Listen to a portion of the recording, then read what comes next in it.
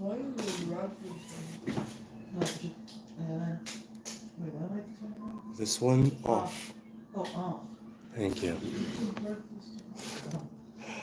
Okay. Do you go through to the internet and copy the links of the cold coffee? Iced coffee for 4 euros. When my iced coffee that I buy usually at Hema is 3.5 euros. So I ended up Okay. getting Let's see. Am I live? Not yet. Come on, YouTube. Where are you?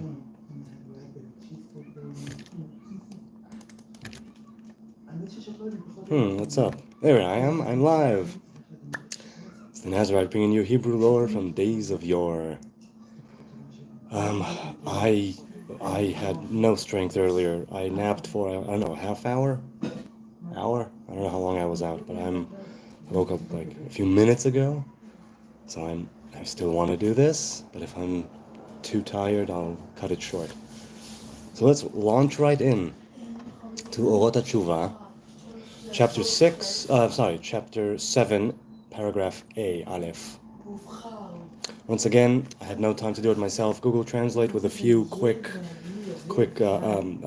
edits, but again, it doesn't do it justice. But let's go. So Orot HaTshuvah, published 100 years ago by Rav Kook, first Ashkenazi chief rabbi of Israel, sage, Kabbalist, poet, scholar, and thought of to be one of the fathers of modern-day religious Zionism in the state of Israel. Okay. Speaking of tshuva, returning, repentance, here is what Rav Kook had to say. The nature of tshuva, right, returning, is that it gives a person both rest and a heavy head. It comforts him with the reflection of tshuva, right? Meaning even just contemplating and going with the idea of tshuva, the potential of tshuva and how to implement it, that already is you orienting yourself towards it. Don't let it stay in the level of the idea. It needs to come into fruition, but simply walking with that idea of how it is that I become better, what is it that I need to do to return to be who I really ought to be. So he said there's a duality, it's rest and a heavy head. Because in one small point from the great light, there is already placed there a great happiness and a full world. Alongside that, it always presents before the mind's eye obligations of fulfillment. So there's that duality, because even just contemplating and going with tshuva is already a great way in returning. It occupies your mind, starts to occupy your behavior. And you need to be practical and tactical, of course. So, on the one hand, there's a great happiness and contentment of being on the path. On the other hand, as he says, it puts before the mind's eye obligations of fulfillment, always. And it saves him from arrogance of the mind and bestows upon him a sweet light, which gives big and great and permanent value to his life. So on the one hand, you know you're on the right path. On the other hand, you still have a long way to go. This gives a person humility and permanent value. Because what you're aiming at is the most meaningful thing you could aim at, which is being the best person you could be, being that image of God in truth, in righteousness, inside and out. That's what we're shooting for. That's the ideal. That's tshuva, that's to return to who we are, right? Personally, idiosyncratically, solipsistically, there's only you. What is it that you're here to do? Right? We spoke of the tshuva of the individual and the collective yesterday. All right, so having that duality of rest and a heavy head, that gives great and permanent value to life. I continue reading. Wait, hold on a second. Okay. The potential of tshuva, the idea, the contemplation, pondering of tshuva, transforms all the wrongdoings and their associated panics, their spiritual torments, their ugliness, transforms to concepts of Eden and pleasantness, because by them, right, this spiritual torment, its panic, right? The things you did wrong. You exactly know just how wrong you, went. And he says, Tshuva transforms those concepts into Eden and pleasantness. And by Eden, it's not the physical, it's not the necessarily the location as in Genesis, but that idea, that harmony, that peace. So, you know, okay. So you know how wrong you have done, you know how wrong you have done, you know how much more you have to go. By them, the depths of the knowledge of hating evil and loving good shines through to a person. Because you know just how far you've fallen, because you want to get that much better. You have an understanding of where it is you're shooting for and where you've been. You know something you'd want to go towards and something you'd want to run away from. And this already places you within a system, right? Within a duality that exists de facto in your life, that you are now more aware of. And the knowledge of hating evil and loving good, right? This harks back to the tree of knowledge of good and evil. It's the idea of that Edenic idea of a place that it's just you and God in a very simple and pure way, let's say, as in the garden. Tshuva allows you to hate evil and love good in a way that's particular to you, corresponding with what it is that you have done or not done. So that idea of hating evil and loving good shines through in a person. And I continue. It overcomes him with tremendous bravery. So I think the translation here is wrong. It provides him with tremendous bravery. Or if it's not wrong, and I'm not remembering the Hebrew properly, it means that it will eventually, if you walk with it and talk with it and seek it enough, seek it truly, Tshuva will overcome you, just like Torah. The light in Torah returns a person to the right path. That's why it's called Oraita, Torah, to teach. Okay. So it bestows on a person tremendous bravery, I continue, and above all calculation and opinion, he delights in the comfort and happiness, the special divine pleasure of those who repent, those who return, the most pleasant with the delicious taste of heartbreak and depression of the soul, connected with a deep faith of salvation and eternal liberation, or the other way around. Liberation, so eternal liberation and salvation. Tshuva gives you both of those things. Tshuva is the brightest light, which is why you can see even the smallest blemish. So on the one hand, and he says this in a different place, which I'll get to another live stream, Rav Kook says, when you want to shine the greatest light you've ever known, when you want to shine it through you, when that's what you're aiming for, it means that every small thing, every tiny blemish, every part of you that is not okay will be completely visible. It's not like a low light where things are hidden in the shadows. If you're continuously in tshuva, it's always shining the brightest light, which on the one hand is lovely.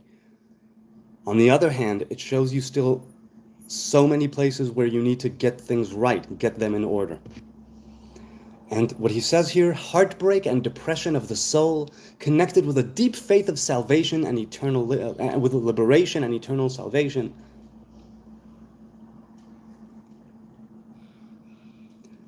The wording in the Hebrew, right?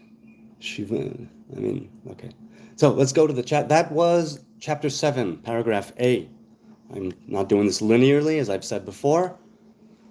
So I hope with my reading and minor commentary I did it justice. I'll just end by saying, well, I'll end and go to the Q&A in the chat. I'll end by saying that even this translation does manage to really bring you that duality. That's part of the nature of tshuva. He talks here about hatziyur shel HaTshuvah, right? The way you paint it in your mind, the way it colors your life. If you walk with it and talk it and seek it and continuously stay in a intimate, spontaneous prayer with the Most High God, that's you talking to yourself, quite literally. And you make things manifest in your speech, even though sometimes it's difficult, and you seek to right the wrongs. And when you do that, on the one hand, you're on the path, and in time you'll be able to start striding. In time, Yah willing, the environment, your surroundings will also be giving you positive feedback, which causes a positive loop, which causes you to continue, and still, that heartbreak and depression, because you know how far you still have to go. Humanity, what a trip. Okay, let's go to the chat. Hello, good people. I have right now I rambled for 11 minutes. I have 16 people on right now. Hello, 16 people. The regulars, first timers, I don't know who. Hi, hello. And 5 likes, which is nice. So, let's start right now. Sorry, my voice cracked. Let's start at the end. Because why not? Because Tshuvah is origin, journey, and destination. Nenad Remix says bonjour.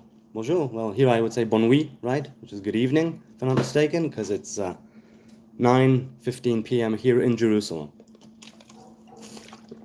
Do you have anything to say about Orot HaTshuvah? Or about what I read? Or if I did it justice in reading? I don't know.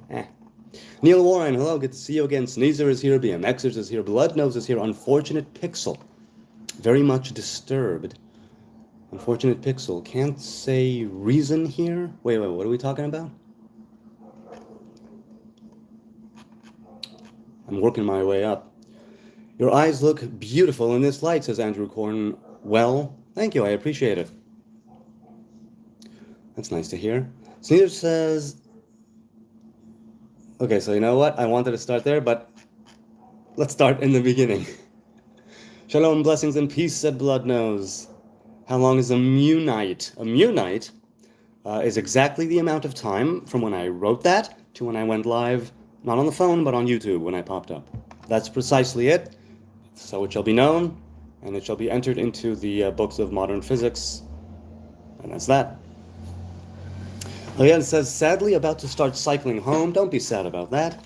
So unlikely to be very involved in the chat today. Hope everyone takes something positive from it nonetheless. I'd like that too. And what a wonderful thing to say, Ariel. Thank you. Cycle carefully.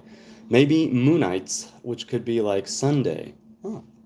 KJB, hello. We need some elevator music. Right, I agreed. It's true. We do. Ding.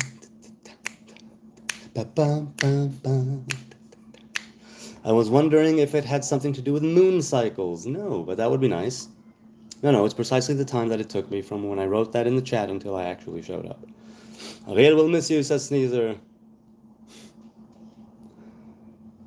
With all due humility, I know, says Ariel. Shalom, says Sneezer. And peace, indeed. Can you translate Tshuvah? Usually written Tshva or Vah. But you can say it that way, Tshuvah. I guess you could say that, yes. It's Teshuvah. That's why the T and the Sh are there. But you could say Tshuvah. It's still okay. Can I translate it? I say returning. That's what it is. From lashuv, to return. BMXers and with dreadlocks says, I forgot to say last night, and luckily BMX is not like surfing. That's addictive. And I'm glad I was never able to surf because my board was too small. I think anything could be addictive. You could use anything for good or evil, at least to a large degree. And BMX, it has a lot of positives, but if someone sort of puts all of his time all of a sudden into BMXing and neglects, let's say, his spouse and children, then that might not necessarily be good. You're saying surfing is, so you're not actually talking, I think, about situations in life where addiction rears its head. I think you're talking about just that it's addictive in a positive sense. Okay.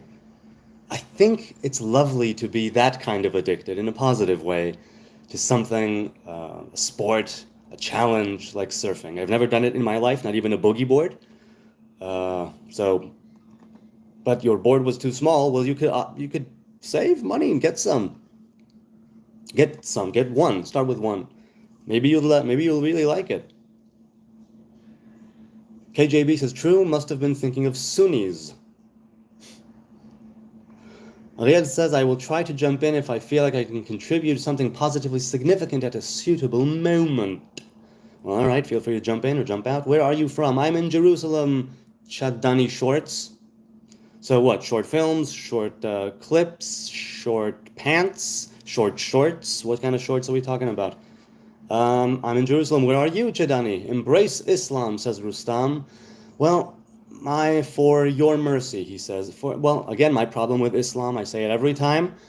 The lens through which I view Islam is one that's been warped and tainted by hatred and bloodshed and war. So I can have no actual opinion on Islam. It would simply be probably wrong on many levels, but completely dead on in other things. And I wouldn't presume to say, and this is how I view it all, because it's okay. So sorry, he's in Jerusalem, correct. BMXer says, by the way, I can't stay long tonight because I have to wake early tomorrow again. How was the dental appointment? I hope everything went well. Feel free to share if you want, but your call. Sneezer says, I have no problem with the Quran, how it's implemented through Islam, much like Israel implementing Torah. Greatly. I have no problem with the Quran. It's how it's implemented through Islam. Okay? So it's not the book, but it's where people take it to, I suppose. Yes? Rustam says, Islam is the only way of life which gives you peace of mind, body, and soul. I'm happy to hear that. Good for you. My path is the Hebrew path, and I will continue on it. And consider it, Rustam, arriving through a different offshoot, but eventually arriving at the same route. Right? You're coming up on the right side, and I'm on the center, and we both arrive as a unified human race, God willing, soon enough. We all arrive together. Rustam says, Sneezer says to him, not so, there are many. Give me one, Rustam counters. BMXer says he's tired. Well, hey man, don't stick around. Go, chill, rest. One question, Ariel Marshall. Is it true that the ocean is salty because it was created by the tears of Noah's children after God revealed to them that they would never merit the opportunity to increase their merit? So that is... Why is it slimy?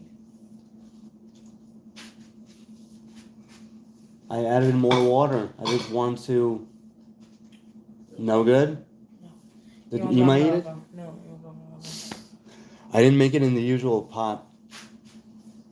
It was the texture? The texture's no good? Yeah. I overcooked it. I overcooked the rice. That's too bad.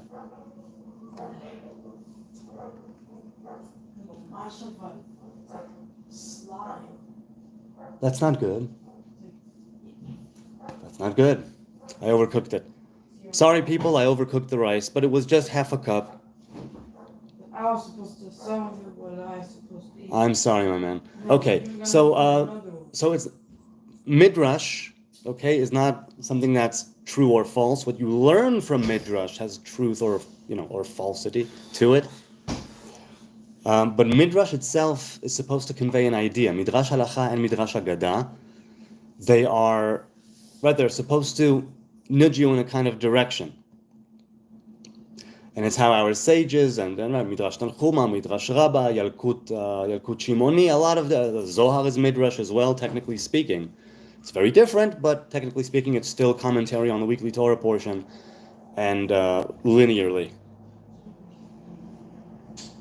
And as such, it's, Midrash. It also corresponds to the Second Temple era. For those who believe that it wasn't Rabbi Moshe Dilion, but Rabbi Shimon Bar Yochai who wrote the Zohar. It's a dispute, it's a controversy, a difference of opinion on who wrote the Zohar. I'm listening. One moment, please. These both, in Tatam says Chashur, these both are like this. What is it? Do, Shur, Mashur. Thank you. Thank you. Post and now. Okay. What is that? Thanks a lot. What's that now? The Netherlands. Oh. So, Midrash doesn't necessarily say how things went down physically in the world. Some of them are quite mythical. And again, Midrash is something that was written down, but it's supposed to guide you towards a way to behave that corresponds to a spiritual root. זה גודל נעל. זה ענק. זה 40 שקל. תתחדש, יקירי. אני לא יודע אם זה עתיד. So is it true? It may not be true in the physical sense of that's how the oceans were created. Or that's why it's salty, I'm sorry, rather. But it's supposed to convey an idea. An idea about the flood. And an idea about what world we want to live in after the flood. Salt also has a great merit. It's a covenant. Every sacrifice salt would be there. Would have a big pillar of salt there, and they would take the sacrifice and put salt on it. Salt is an everlasting covenant because it's it's a crystallized thing. It never goes bad. It's used to preserve things. It's used in kashrus, right? In the kashrut. Is it a saf or a tuf in Ashkenazis? I don't know, but kashrut anyway. In the kosher laws, it's used as part of prepping the animal. And, okay, so it's Midrash. I don't think it's true in that sense, but what it teaches is true. And I'd need to have it, in maybe more in context, but let's continue here in the chat. Rustam, why? It seems Islam is the one for you. And Rustam wants you to support it with proofs, Nizar. How are there other ways of life? He asks. Rustam asked, how are there other ways of life that can give you peace of body, mind, and soul? Unfortunate Pixel says, Yoshua can help you. Me, I am very much troubled. I'm sorry to hear that. What troubles you, Unfortunate Pixel? Oy vey, says Rabbi Yitzchak ben Foreskinowitz. Hello again. How much LSD have you done, lad? I've done my fair share. Less perhaps than even my fair share. And I plan on doing it probably in the future. Skim Life Outdoors. Unfortunate Pixel said, how about you? Are you a psychonaut? Do you partake at all? Have you ever? Unfortunate Pixel says, where can I visit you? Even at Teams, WhatsApp, Zoom works. You can visit me on the DMs, Hebrew Nazarite. You'll find my tree on X, on Twitter, on YouTube, on Facebook, on Instagram. So let's meet up there if you want to have a one-on-one, Unfortunate Pixel. Rustam, Sneezer says, Rustam, me, I am Christian, as the Quran instructed me to remain. Right? The people of the book have their path. I heard that some Muslims believe that, and that we're supposed to remain that. Eventually, perhaps, get to Islam, but for now, remain that. Every day I'm BMXing, says BMXers. That was such a great idea, Ariel, I had to steal it. Okay. Bloodnose says Noah's family was part Neanderthal and human. The pure Neanderthals were wiped out by the flood. So yes, that's one way I've. When I was in yeshiva, I had I'd say, for my part, he was a friend. I had a friend who he wrote a paper, an academic paper, on how the flood is what caused the tilt in the Earth's on the Earth's axis. After the flood, right? After the flood, seasons are mentioned, and a cyclic nature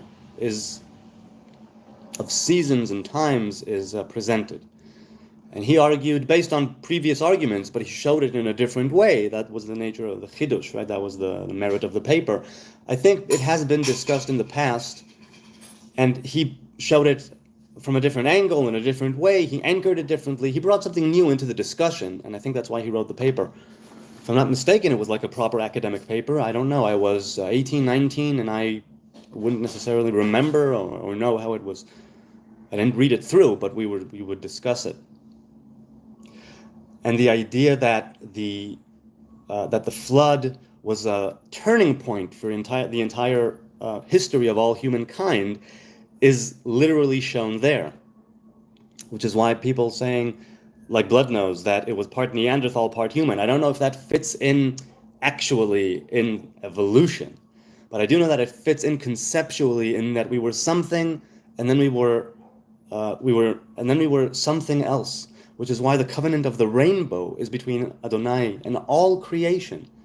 It's that revelation of the Most High. It's not for a specific tribe, man, nation. It's not a specific.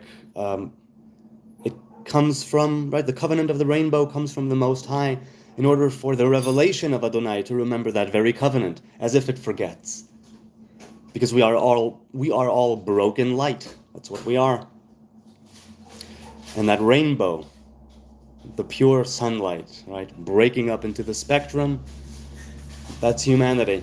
And that's why Adonai sees, let's say, with those revelatory eyes, with those eyes of revelation. He sees the covenant of the rainbow, and he remembers not to bring another flood, because things are different now. So yes, I understand what you're saying, Bloodnose. I don't know enough about the science behind it in order to say, yes, Neanderthals and humans, or proto-humans and humans. I don't know where the split was or where the break was. How do I moist trash? Love the name. Have you been here before? I think you have. How do I overcome anxiety, overthinking, and anger? Well, it depends A, on the origin, B, on your surroundings, and genetics even. Some people are predisposed to a shorter fuse, a tendency to overthink and ruminate, and have all of that stair room wit. What's it called in German or French? What's the phrase in the original language of stair room wit? Woulda, shoulda said this. So how do you overcome it? It depends on the nature of your specific circumstances. If you want, hit me up or say it here. Maybe I'll get to it in the chat. But generally, I would say humility and patience with yourself and with others. Those are the keys to all good traits. Humility and patience. And it's for me, I see it as a chicken and egg kind of thing. Humility and patience. And they both feed each other, which is lovely. Okay. I am disturbed mentally, says Unfortunate Pixel to Neil Warren. Something diagnosed or self-diagnosed? There's a difference, perhaps. So Neither says to Bloodnose, that at least matches with archaeology. Unfortunate says, can't say reason here. Okay, I hear you. So hit me up in the DMs, Unfortunate Pixel. Hebrew Nazarite, you'll find my tree. By performing the mitzvot that can, Ariel says, by performing the mitzvot, the commandments that can only be performed in Eretz Israel, as they will never enter the land. Wait, what? Is that connected with something we were saying beforehand? What did you say before? Okay. You said that he revealed to them that they would never merit the opportunity to increase their merit by performing the mitzvot that can only be performed in Eretz Israel, as they will never enter the land. Okay. Well, consider this, Moses never entered the land either. And yet he was the great bridge, the great connector. So they cried because they couldn't perform all the mitzvot. In other words, there will be no completion? If that's what Midrash is saying, it means salty because it was created by tears, because they couldn't perform all the mitzvahs. In other words, they will die wanting, lacking. And the salt is what turned the oceans, their salt, their tears are what turned it salty.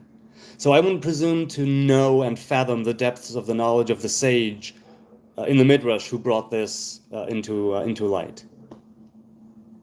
But just seeing it It could very well be that I at one point learned it. I have no idea. But I'm just taking it right now, pshat at face value. Pshat as a Midrash goes, right? Just at face value, what are the words saying? They're saying Noah's children, who were supposed to start something brand new, and the covenant of the rainbow, and there will be no more destruction like this. And you're allowed to eat animals now, because something about you changed fundamentally. And so now you're more animal-like. So you can eat animals too. You have to treat them, right? You have to spill their blood, but you can eat them. In Eden, we were vegan, and after that, likely vegetarian to some degree, or at least, like I said, to some degree. So they wouldn't be able to increase their merit. They cried because they couldn't increase their merit. In other words, they had reached a kind of limit. They reached a limit. Noah's children. You mean literally Shem, Ham, and Yefet?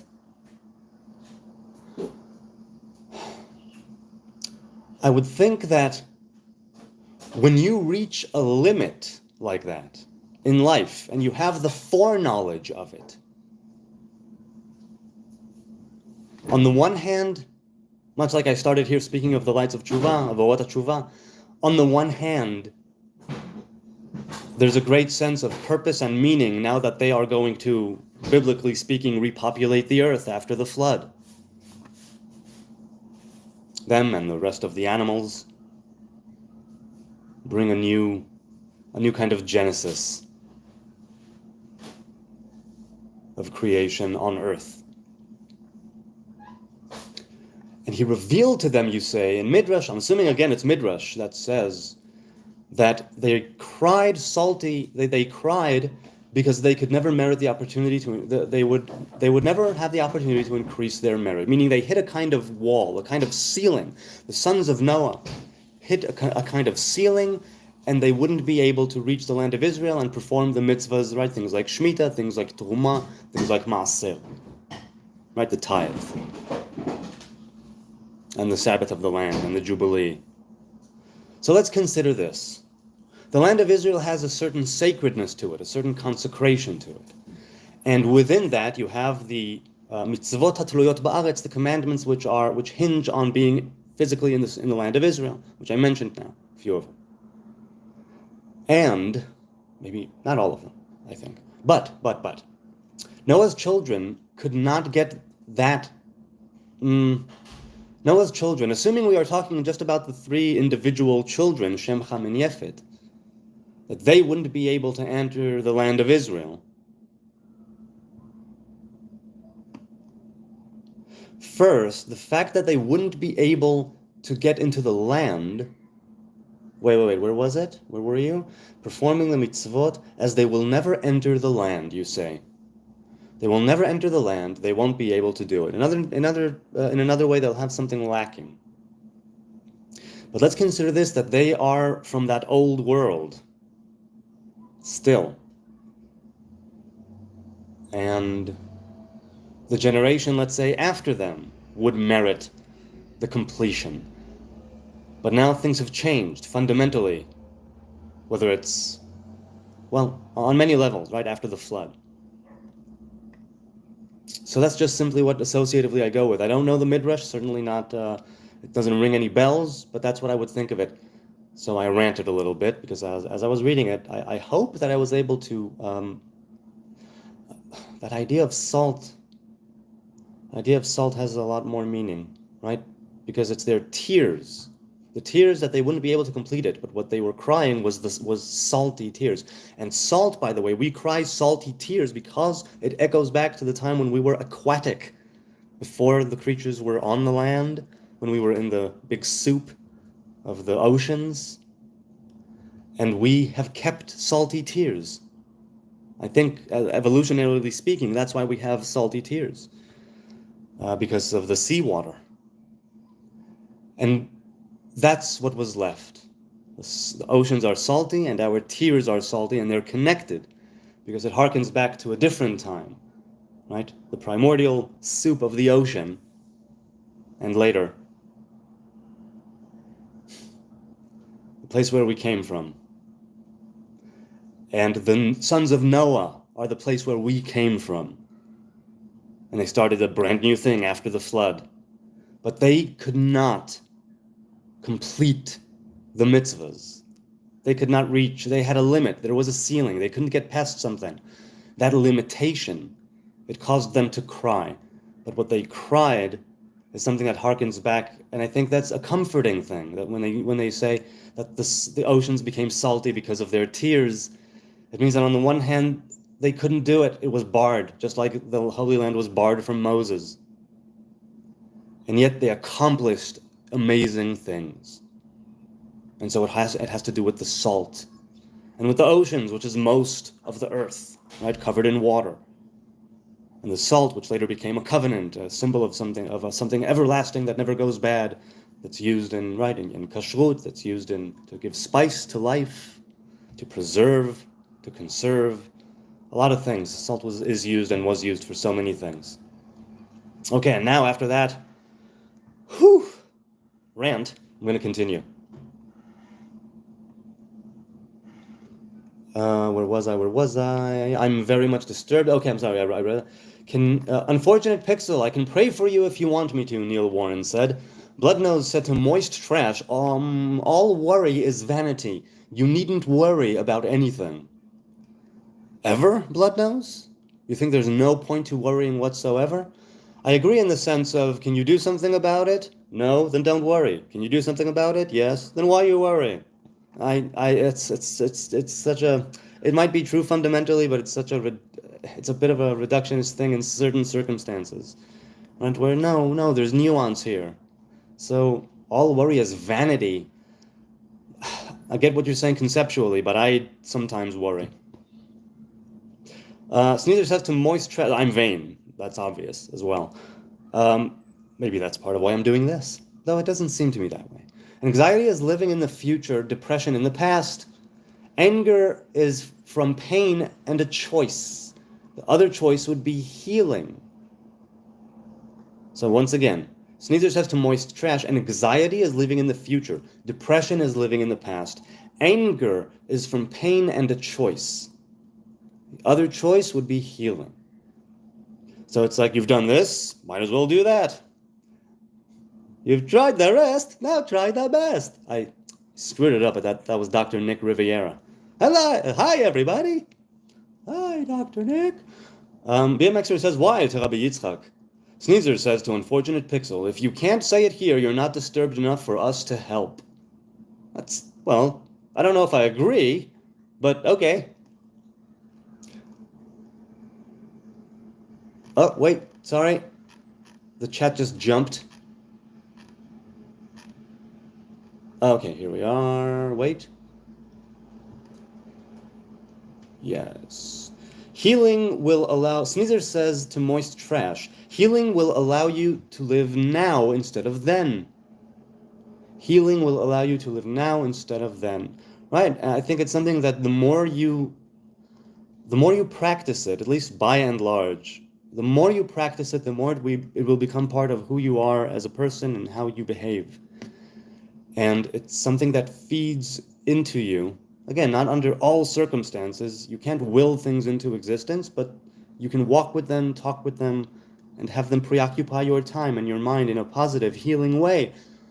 And you will be able to notice more opportunities and chances for healing when it's something that occupies you. Whereas if you were distracted by different things or living in the past or the future and less in the healing of now, it would distract you so much that you wouldn't be able to see opportunities when they present themselves to you. And healing and living, acknowledging the future more, even though there's pain in it, there's also that possibility and that hope.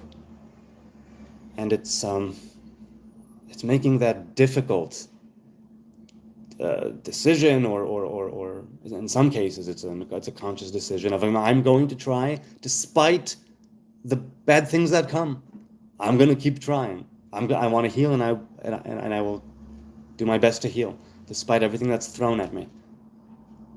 Some things can't be healed, only treated. Right, I guess that's what I'm talking about, where it's not necessarily healing. Conceptually, there's treated. Yes, there's something there. And that, once again, can give you that length of breath right? Because when you are living more in the here and now and acknowledging things, it means that you're not just acknowledging bad things. It means you are acknowledging good things more as they happen. And you find when you adopt perhaps an attitude of humility and patience and gratitude, that there are a lot of things to be thankful for throughout the day. This is part of why there's a blessing that's recited after you wash your hands and you go to after you go to the bathroom and you wash your hands, and there's then something that's recited where even the chair of glory is mentioned. So it touches on a very high root, and yet it's such a lowly task, right, of urinating and defecating. And yet we attribute great significance to it because it prolongs and allows life to continue in a healthy and productive way. And that potential for health, wellness, productivity, and healing and doing better, we mention all of this, right, in that blessing, right, and how wondrous the human body is. And if it were not like this, I would be dead. But this is how you created me. Let's go get some. I'm paraphrasing. But it's precisely because of this. When you're able to treat your very existence in a more forgiving way and you acknowledge more so the good things, you will see them more. And it doesn't mean ignore and sweep the wickedness or the wrongdoing under the rug. It doesn't mean sweep your unfortunate circumstances and chaotic being and conditions of living under the rug. No. But when you start noticing things more, it will help to feel. When you start to treat things, it will help the healing. It can help healing take place. There are no absolutes. BMXer says, I have a problem. I don't know how to be myself in front of people. I don't know, and I sweat a lot. Well, once again, I wouldn't presume to know your particular situation. There are some forms of social anxiety. I'm pretty outgoing. And there are some things I've heard of people who have social anxiety so fierce that it really overtakes every facet of their existence. And they don't know how to be themselves in front of people, which first of all calls into question, right, what does it mean to be yourself? Because in front of people, largely you're a persona. So depending on the circumstances. So what do you mean when you say to be yourself? And secondly, sweat a lot. Have you seen a physician? And if you've seen them and they were no good, have you sought alternative methods of medication or healing or treatment in sweating a lot? It could have to do with everything from diet to hereditary things that could be I don't know. So Nazar says he didn't want to start with I don't know what you're talking about, jumping into the middle of the conversation. He didn't want you to start with I don't know what you're talking about. Wait, I'm sorry, what? I'm not sure what that's referring to. Something I said before, perhaps. I've been on for almost 45 minutes, and on that note, I'll take a short break for a word from our sponsor. Hello, thanks for being here. I dig this. This is so much fun. You people make it happen. I don't take it for granted. Not for a second. I just sit here at the end of a workday. I hit live, and there's a dialogue here, conversing here, largely in a polite and civil way, which is lovely. Questions are asked, and maybe even some half-baked, half-assed answers are given, or at least addresses by me and by others, and it enlivens me, and it makes my evening more complete, more connected to things of the spirit and of the faith, and I genuinely thank you for that. And we're back. Sneezer says to Moist Trash, the path I was given was to understand my last hate, but it is by far the longest to follow. Fastest is the one Jesus left, he tells him. And he says to Splash Fuzz, it is not the wound that heals, but your perspective of it. Yes, in a different part in Orot HaTshuvah, Rav Kook speaks of the fact that there are different levels of returning, of Tshuvah. And correspondingly, there are different ways of seeing your own inadequacies and wrongdoings and transgressions. And when you reach that higher form of tshuva, it's not even as if the sins and wrongdoings never occurred. No. They have transformed into positive things, into merits, not detriments. And you would think it would be complete forgiveness and wiping the slate clean, but no, the higher thing is to understand quite deeply that when you reach the source, here there's a duality of good and evil, but when you reach the source, Over there in that source, there's only merit and good. And by the time it arrives here in our life as we live it, then it's very much a duality and a choice, constant choice. And there's that place where it's one. And when the evil becomes good, and when the wrongdoings, the transgressions, the wickedness, it becomes merits. So that's where it took me to anyway. As for right, so that's your perspective of it, and that's I like what you said, Sneezer. I like that. BMXer says, even if I am comfortable with an individual, I still stink of sweat. Well, I told you, man, if seek some medical attention, mainstream, alternative, as you see fit. Moist Trash says, emotions can at time overpower the logic and self-awareness that always give me the right answer. Logic and self-awareness always give you the right answer, and emotions overpower it. In some ways, yes, emotions are designed to do that. We are complex creatures, and very simple in other ways, huh? But once again, I think that the more you practice, let's say, as you said, logic and self-awareness, the more you implement it practically in your life, by your own definitions of how do I implement this in my life? How do I walk and talk and behave with it? It always gives me the right answer. And so how do I implement those right answers more? When you implement more of the right answers, I think it will feed into that part of you that is logical and self-aware. And there's a genetic component to this too, right? But I'm not saying you can change your genetics with your mind. I'm saying that you have the strength and the capacity to overcome your shortcomings and your weaknesses. And if you consider certain emotions, if you consider them to be a detriment in their severity that they overcome logic and self-awareness, you will be able to integrate them precisely to the degree where it's beneficial. And when you make one greater, right, the logic and self-awareness, practically in your life, I think there's a good chance that over time, and with hard work as well, that part of you that has emotions which overpower, you will be able to give them their proper time and place, and thus be more balanced.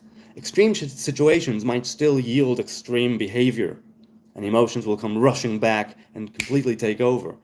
But it's a question of what is it that you do day to day, and how do you strengthen the good parts of you, and not weaken, but how do you give less attention to the lesser parts of you, the ones that need to go away? Over time. I don't believe in quick fixes. You know what I'm saying? Unfortunate Pixel says, how can Judaism help with my depression and unfortunate timely misfortunes in life? There's no guarantee that Judaism can help you with anything. I don't think that ought to be, pardon me, I don't know if that would be a reason for conversion, because I don't know what type of depression you're talking about. I don't know what unfortunate timely misfortunes are going on in your life. And like I said, we are complex, and I wouldn't presume to know how Judaism could help. There are many. Look, let's see this. I was talking earlier about patience and humility, right? Broadening the breath. Moist Trash was talking about logic and self-awareness that provide you with the right answer. These ideas and how they're implemented in life, these can be found in many different faiths, ways of life, religions. Judaism is a specific, Torah-centric way of viewing reality and operating in it. If you're looking for help with depression, unfortunate situations, misfortune, my heart goes out to you. It sucks to be alive sometimes. It truly does. I hope you find your way out and merit your way out of the depression, of the unfortunate misfortunes, of the whatever series of unfortunate events that's befallen you. I hope you're able to remain steadfast with your convictions and work towards the good. Try to be resilient, And oh man, sometimes life does you in, and that's not good. And I hope you're able to overcome. Sneezer says to BMXers, maybe that pushing you to connect globally instead of locally, like with me. I too am very sweaty. Beware of diabetes. Is profuse sweating a symptom of diabetes? Which type diabetes, does it matter?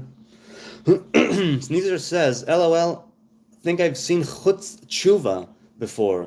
I heard tshuva, so repentance. No, returning. Returning before repentance. I see it as returning to who you are as an image of God, and that is done with repenting in the way of the Torah, if you're a Hebrew man, in the way of the Torah and the commandments. Wait, so you are a Christian? I have questions. I am not a Christian, average. I am a Hebrew man, a Levite traditionally from the kingdom of Judah. I do not follow Jesus. I do not believe I believe he was a potential Messiah, a potential sage, a potential prophet, but then he died, and so he's none of those things. Nor is he, my Lord and Savior or any part of God. Because I don't know God. All I know is how God reveals himself to me. And Jesus is not part of that revelation unless, once again, you count that image of God that he brought into the world. So, no, not Christian. Unfortunate Pixel, it probably can. That's what Jesus came for, Sneezer says. It probably can't. I see. So Sneezer says Judaism can't help you. That's what Jesus came to do. So Sneezer is a follower of Jesus. And he says it can't help you, but this can. Average, I am Christian. HN is Nazarite. Christian omnitheist, he says, to be exact. HN, says BMXers. No, surfing is actually addictive, as we see in the movies Surfer Dude. In the movie, I haven't seen Surfer Dude, I'm sorry. James Bong says, Shalom, all you beautiful, beautiful people. Shalom to you, James Bong. I hope you are having a bountiful and pleasant Thursday in, where is it? West Kentucky? Or am I confusing you with someone else? I might be confusing you with someone else. At any rate, good to have you here, man. Good to have you here. Hey, Bong! Hey, everyone, he says. Sneezer says to average many other Christians here, too, from varying perspectives. Yes, indeed. Sneezer says to James Bong, hey, kids. What is Nazarite, average asks. Well, I'm sure people gave it to you in the chat, but basically it's somebody, a man or a woman of the Hebrew, of the 12 tribes, who takes a vow, which is one vow that's threefold, usually, not cutting one's hair, not getting near human corpses or any defilement of death and ritual uncleanliness of human death, and abstaining from any grapes or product of the grape, meaning wine, vinegar, raisins, and any wine vinegar, and any derivatives of grapes.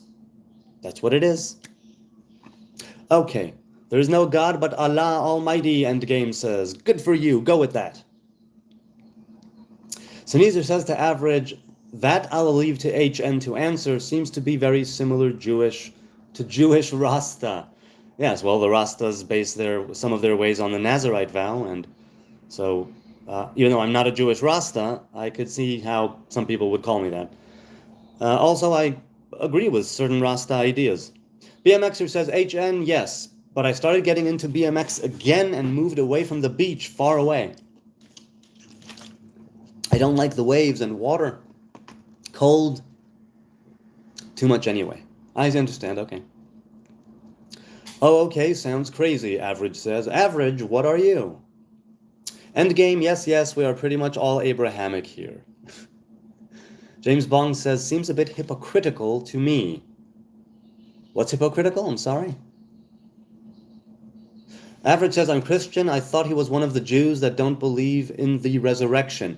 No, I very much do believe in a resurrection. I believe that when we partake of the fruit of tree of life, as we haven't gotten to do yet, that's resurrection. Because that will be truly coming back to life from in Eden to the place where we hadn't gotten yet. A new reality, a new consciousness. I don't know what it will bring. Bloodnose says, get a rice steamer and never overcook your rice again. Not a bad idea. I might do that. What your name, says Hania Malik. I am Jonathan or Jonathan. And what is yours? Is it Hania or Hanea? We was Kangs, says DG. We was kangs. We was kangs? You mean we were kings? Or does that mean something else? Average, he believes resurrection is eating of the tree of life, which is a Hebrew wisdom. DG says, pay reparations, white boy. Okay, what for? Sneezer says, but I don't want to paraphrase too much. Better to come from him. No, you were pretty spot on. Get his attention so he can talk about it. James Bond says, LOL, why would he pay reparations to anyone? Sneezer says, average, he'll get to it. He's other comments to read first.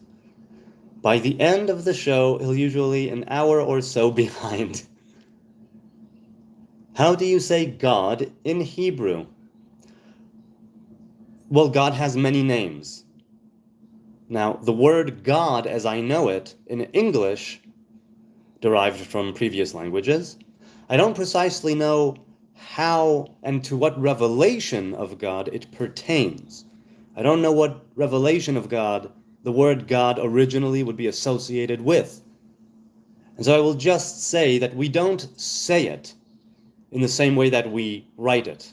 We write it one way and say it another. But generally speaking, the mainstream way to say it that corresponds to just God in this world as people mean God is Elohim. Aleph, Lamed, Hey, Yod, Mem, and a final Mem. So Elohim, that would be it. Some people say Elohim because it is a sacred name and they do not want to say it in a regular, mundane, mainstream kind of way. So Elohim. Many ways, said Sneezer. It's true, many ways. You sold me Fent. Not cool, says Neva. No, thankfully, I've never sold anyone fentanyl. I've never tried it, not planning on it. I hear that there's not good things and that the benefits do not outweigh the detriments. Eloha or Elohim, correct. Copy, says Average. Copy. Hi, love your content. Thank you, Rishi Keeler. I appreciate that. Lucas, you look like you boof DMT at festivals. No, I've never boofed anything. I've never done DMT. It's on the list. I've never done it. Masai says, is this the BDSM class? No, unfortunately, I'm not learned enough in the ways of BDSM to provide a class. I know it from my own experience. And so it's not a BDSM class that I'm hosting. Now, if somebody else is hosting a BDSM class, it has gone so over my head that I am really, really out of my league here, and I've been saying things that completely go against everything that was being discussed. So if that's the case, someone tell me, is this a delusion of mine? Has this been a BDSM class the entire time? See, now, Masa, you have me concerned. But if you do have a question on BDSM and I would be able to answer it or address it in some way, go for it. Now, nothing that pertains, however, to my own sex life. David Costello says, this prayer blinds Satan and all evil influences and protects. You say it unceasingly. Most precious blood of Jesus Christ, save us and the whole world. That's a lovely little prayer. I don't pray to Jesus, but those who do could definitely benefit by memorizing such a prayer or mantra and a vocalization of will and desire. Protects you. I can see that. Because for a Christian, it would be connecting you to the very essence, right, of the living person, which is the blood, which is why we are not meant to eat blood. Of a living thing, rather. Hadam hu banefesh. Ki hadam hu hanefesh, rather. Save us and the whole world. So I don't believe that Jesus saves, however, you do, and as such, it's a lovely little prayer. Bloodnose says, a rabbi I knew said butter never needs to be refrigerated. Butter never needs to be refrigerated? It's been a while since I've had butter. I suppose if you have it in a container that is sealed enough, it could definitely last a long time. But if it's something, let's say a mainstream Tupperware-like container or something you buy, and it is, and the temperature is, no, butter needs to be, it goes bad. It goes very bad. It's literal dairy fat, isn't it? Isn't that what butter is? All trolls, please like, he will get to your comments. God willing. BMXer says to endgame, Eloha or Elohim means mighty one or almighty, but Allah means the God. Lucas, boofing is shoving substances up your anus, like a suppository. Like popping E, says BMXers, also I've never done. Oh, already 21 watching, nice. Yeah, you know what? This is a great blessing, and more people are joining recently. And I had a few very recent live streams where one of them was 1,500 people after a day, and the two other ones were close to 2,500 or a bit more views. Now, a great deal of these are people who clicked on and clicked off, obviously. But, there are a few whose eye it catches. And there's something there in the connection where they go like, hold on, let's see what's going on here. And those who manage to find some sort of connection and some sort of relationship, to this channel and the people who are in the chat, it's lovely. And like I said, I don't take it for granted. Yeah, all the views, each and every one, even the ones that go, buh! Yes, like a suppository, correct. The right meditation makes DMT free. The right meditation makes DMT free. You mean you can access the same you can trigger the effects of dimethyltryptamine, right? That's DMT. You can trigger the effects of that chemical through meditation. It makes some sense that you'd be able to do that. People say that it is secreted, many times inhibited later, but secreted, I think people said during life and death, or only death, maybe some people associated with the departing of the soul, and maybe another time during life. Dreams? No, I don't recall. BMXers, he's talking about shoving drugs up one's tuchus, Splash Fuzz supplements, and says, breath work. Yes, breath work. Breath work works too. I've never done it regularly, but there's a lot to that, yes. That's the very thing, right? The divine breath, the nishmat chayim, as it says in Genesis, in Bereshit. That's what we were given, and by having the right kind of breath, you can do a lot. And breath is a very big part of Kabbalistic meditation, which I don't engage in, but I've learned a little bit about it. And the way that you move, the way that you position yourself, the breath, the length or shortness of it, moving, one way when you take in and keeping it in another, and then turning that way to exhale, the amount of time, the pause between breaths. There is so much in the Kabbalistic meditations, and it can bring you to truly prophetic and transcendental places from your mind, right? Connecting with that spirit of prophecy, let's say, that lower spirit of prophecy, Ruach HaKodesh. And it's something. Okay. They're free if you're smart. Don't pay for drugs, kids. They're free if you're smart. Don't pay for drugs, kids. Free if you're smart. Well, you mean you don't need them if you're smart. That's what you're saying. Splash Fuzz says to Sneezer, depends on the scenario. Haha. Free from a group of friends, true. Not for strangers. Free from a group of friends, true, not from strangers. No, never from strangers. Free when grown with love and care and harvested with care. Grown with love and harvested with care, right? Whether it's cannabis or whether it's mushrooms. To grow it in love and harvest in care. Amen. BMXer says to Splash Fuzz, say, what? That's disgusting. Well, it's a different way of releasing it into your body. I've never engaged in boofing, but people do it. All right, that kind of free. It's nice when friends are generous with their substances. I mean, if you have a bad experience, you sometimes curse that dude in the midst of the experience, but Sneezer says to Splash Fuzz, and DMT originates from the brain. Yes, that's right. Well, it originates. It exists there. Boofing died has its price. Boofing died has its price. Not sure what you mean. Boofing does have its price. What is the price? I have no idea. What is the price of boofing? I've never done it. Splash Fuzz says, yeah, need a higher dose than that to feel anything, Sneezer. A higher dose than what? What were we talking about here? Okay, I'm not sure. Lucas says to Splash Fuzz, sounds like he's a boofing accident. Hail Satan, says Michael Craig. Hail! I've said this in some points in life, that I could have been I could have been a Satanist if I didn't go with the theism and with the one Hebrew God. Chosen one, did you fart? Not just now, but throughout the day, sure. Once again, I wasn't cognizant and aware of most of my farts as they were releasing themselves and expelling the gas from my anus, so I can't give you deets.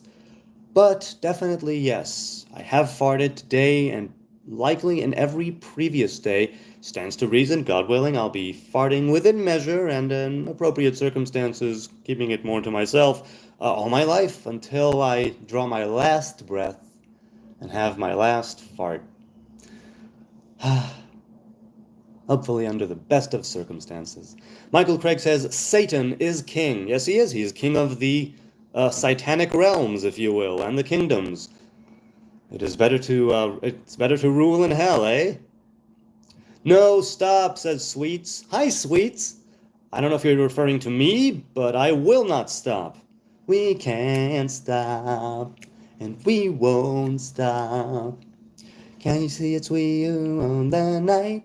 Can't you see it's we you about that life? I heard a splash fuzz, says Lucas. All trolls, please like, he will get to your comments. Neezer once again says, hell is real and it's bad, says Sweets. Well, once again, there is no that kind of hell in the Hebrew teachings that arrives later in the Midrash, in the original, let's say, 5 books of Moses, and the writings and the prophets. There is the underworld, as it were, Sheol, and there's Tophet, and there is no hell in that everlasting fire sort of thing. There's a kind of purgatory and purgation, right, and purity, what would it be? Purification process. But okay, those who, hell and heaven, as they call it, I believe is here. You make your own hell, you make your own heaven here in this world, and to the degree that you can, and afterwards, in direct relation to how it is that you lived your life with your own hell and your own heaven, that is the hell and heaven, if you will, that you would receive.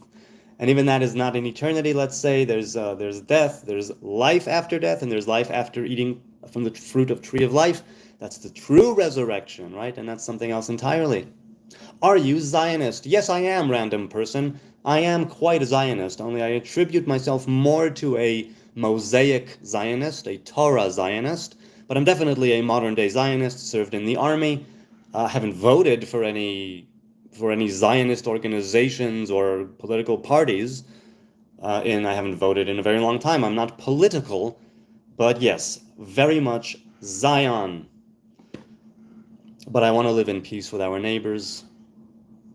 The Everlasting Team says, hi, hello Everlasting Team. Satan is ego and not very kingly. Well, he rules over everything that stems from the ego, right? Spiritually speaking. Splash Fuzz, everything associated with that. Sounds like a boring generic username, Lucas. James Bong says, I'm a run the garden hose and water my garden and play with my dogs in a bit. It's like 100 Fahrenheit out here. That's hot. That's pretty hot. Yes, I am Zionist, everything team says. Random person, Sneezer says it'll take him a while to see that an answer. He could say there are 2 Zionists, one spiritual, one physical. Well, no, both of them are physical, but it doesn't have its roots for me in the mid 19th century and the Enlightenment and Europe and everything that followed and the different aliyahs and the eventual foundation of the State of Israel in 1948. To me, Zionism is returning, first and foremost. It's a form of tshuva, Zionut is. It's returning to where we are supposed to be, and we do that by being who we are supposed to be. So it's not one spiritual, one physical. They're both very physical. It's simply an origin, where I consider that origin in Torah, and the origin of modern-day Zionism as we know it, or as some people call it, or everything that people would later claim is Europeans that are being colonialist settlers, or settler colonialists, that is something I don't agree with at all. Like I said, you want to talk about settlements and expanding settlements, on that I'm willing to discuss anything but that. I'm a cast iron Zionist who believes, despite its faults, in the righteousness of the land and people and state of Israel. And the Torah of Israel. But oh my God, what a situation. We're doing so many things wrong. I'm doing so many things wrong. Not taking myself out of this equation, not one bit, not one bit. Have you ever been to Gambia? No, I haven't, Himanshu, but it's good to see you. Have you ever been to Gambia? Don't be mad, I was just joking, nothing personal. James Bong said, Lucas said that. James Bong says, isn't everyone who can read a map technically a Zionist? I don't think so. Sneezer says to Lucas, joking makes the show sometimes. Humor is welcome. Yes, indeed, very much welcome. There's even a story in the Talmud, or is it the Mishnah? No, the Talmud, I believe. There was a story about a rabbi, right, who had a group of students. He would always start every lesson, right, every Dvar Torah, every time they would sit down to learn, he would start it with a humorous anecdote or a tidbit or something funny, right? Something lighthearted and amusing, in order to start the teachings and the lesson and the learning with a positive mindset and a lighter heart. Because even though you're discussing heavy things sometimes, it would be something that would ease you into it and give you that more delicious and pleasurable flavor of what Torah can be, right? Torah, like Rav Kook says, right, and Tshuvah, it can give you that lightheartedness, and that's why you learn Torah, in order to more greatly facilitate, in order to increasingly facilitate its practical implementation in your life, to return to who you are in that image of God, truly, as much as you can. That's a heavy thing. So yes, humor is very welcome. Humor is also an icebreaker. Humor also bridges between languages and barriers. Humor, particularly physical humor, which is why I like to do physical humor sometimes with faces and underarm farts and whatnot, because it can be very beneficial. Also, to keep myself humble, I am not beyond such things. I cherish such things, not under any circumstance, but yeah, there's a time to be a fool. There's a time to be silly. There's a time to do something for the sake of getting a cheap laugh, because it makes something lighter. And laughter can be healing and beneficial on many levels. Humor is welcome. Splash Fuzz says to the everlasting, which is why there's also laughing yoga, right? It starts a chain reaction in you. Splash Fuzz says to the everlasting team, Zionism equals morality. Are you Jewish or just supportive?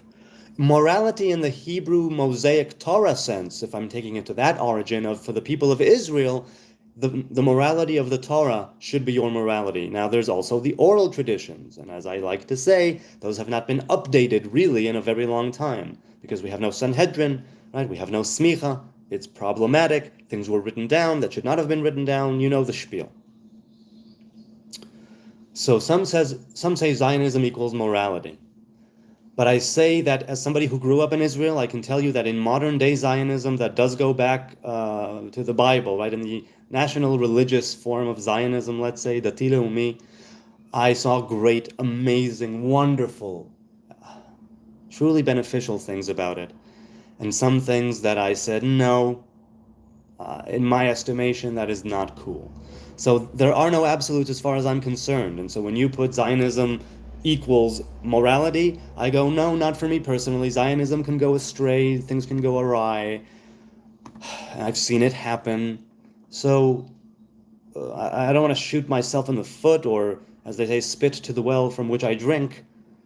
But there are no absolutes, but I found some things of it very wanting and lacking in the way that Zionism is interpreted in this day and age.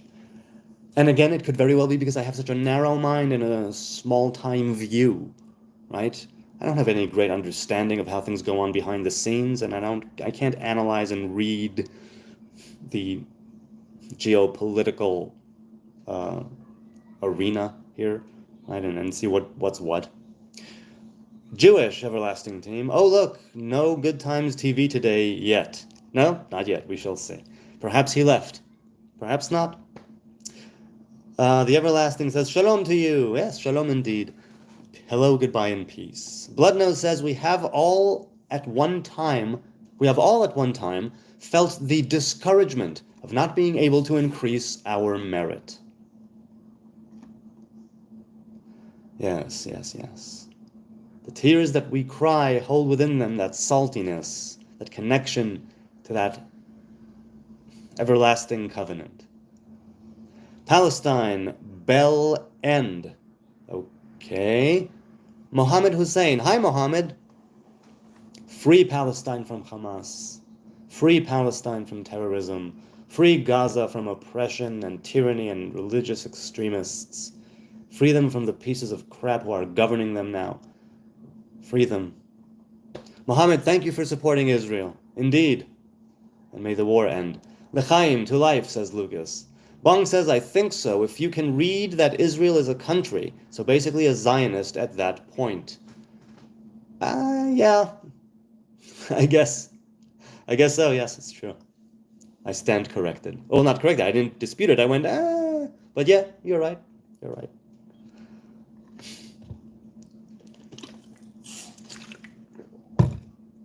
I'm sure there are people who would not even read it.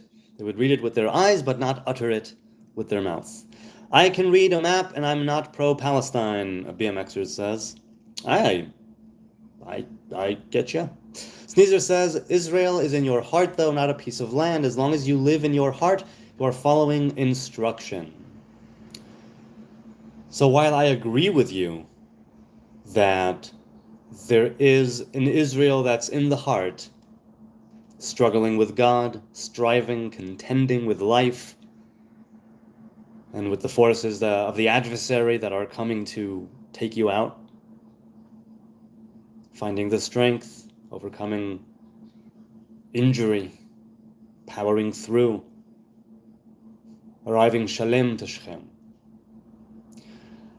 There is that Israel that's in the heart, and there is actually Israel that's a piece of land. And it's disputed, right? The Holy Land, the Promised Land, it's disputed. The borders are not precisely clear.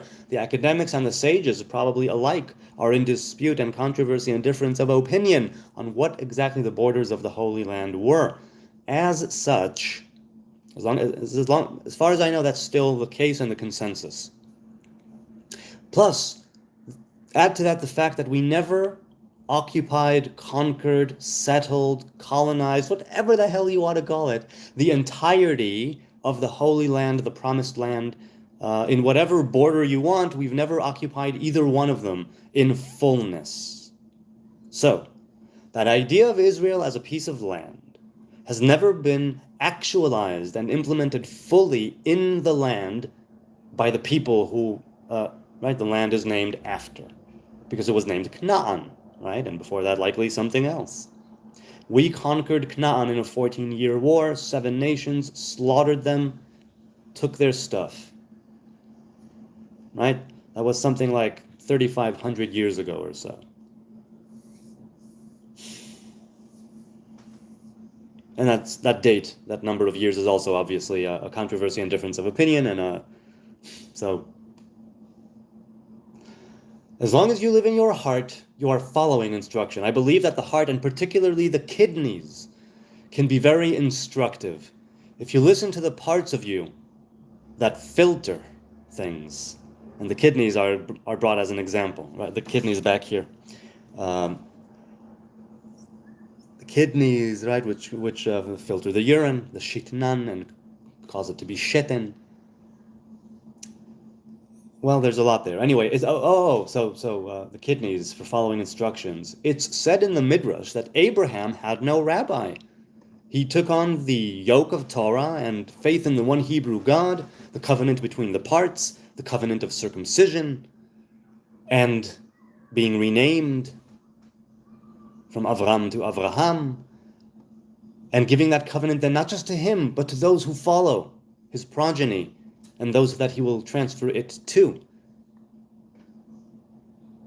Avraham and that covenant and following instructions, he didn't have a rabbi. How did he keep Torah? The Midrash says that he did not have a rabbi. He had his kidneys.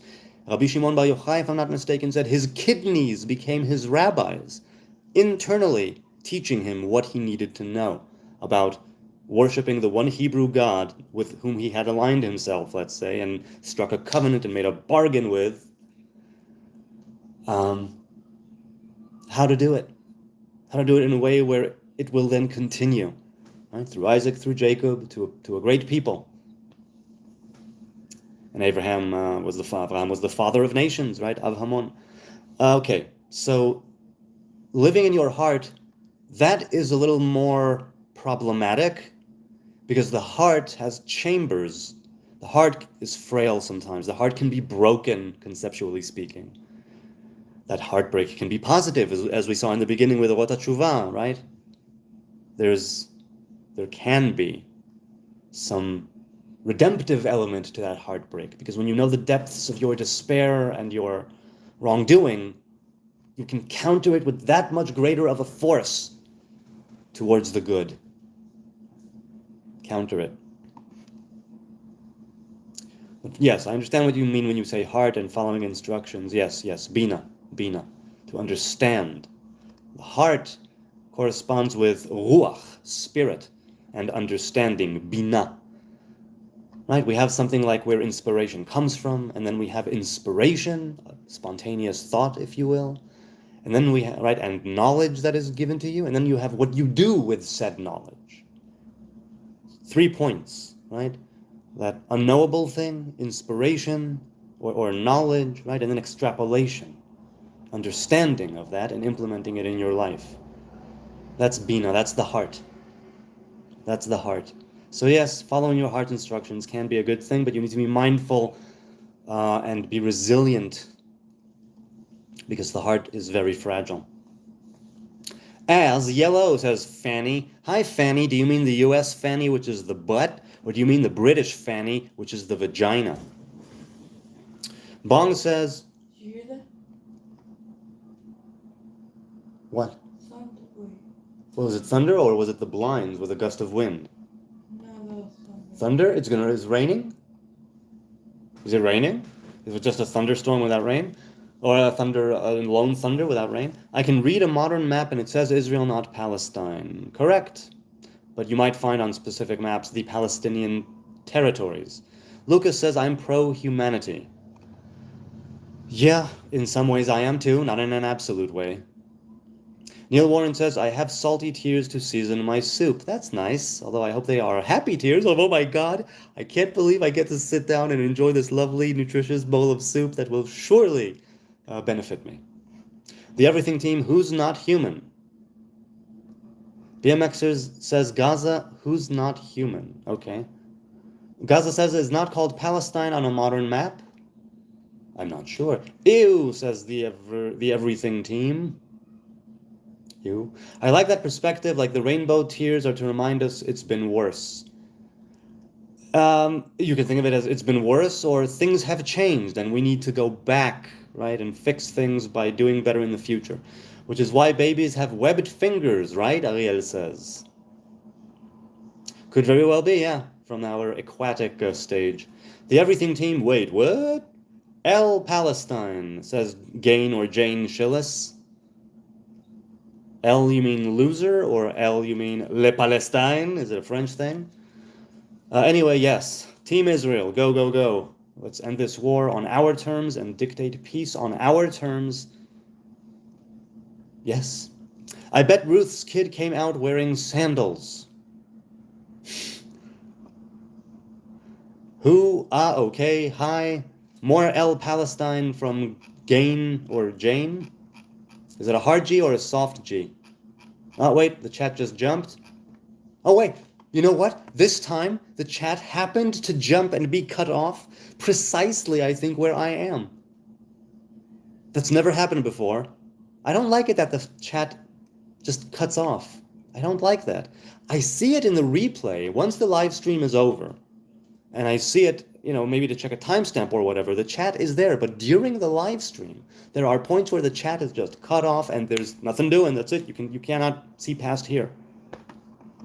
So it just so happened, by the grace of the Most High God and good timing, that I can continue as if nothing. Okay, hit the like button, says Robert. Thank you, Robert. I appreciate it. Hit it or not, nobody, I appreciate every like, every view, every sub, every comment, every troll, every insult. So yeah. Okay, he says Isaiah 56:6. Let's read that in the JPS Tanakh. 56:6. Says the prophet, even unto them will I give my house, and within my walls a monument and a memorial, Yad Vashem. Better than sons and daughters, I will give them an everlasting memorial. Thou shalt not be cut off. And Shem olam lo yikaret. This, incidentally, is what we recite on days where there is a traditional day of fasting and mourning, 4 times a year, which is the 9th of Av, the fast of Gedalia, the fast of Esther, if I'm not mistaken. He also has that, Ta'anit Tzibu, fast of Esther, and the Ta'anit Bechorot as well, I think, of the firstborn, those who do it. I might be wrong about that, and the 9th of Av. Okay, in Mincha though, the 9th of Av. Okay. Oh, they're all in Mincha. Let's continue. Ariel says, wow, what a lovely... I'm thinking about it now because I recently said it. We recently had the fast of the 9th of Av just a few weeks ago. So the Haftarah is still very, very fresh in my mind, relatively speaking.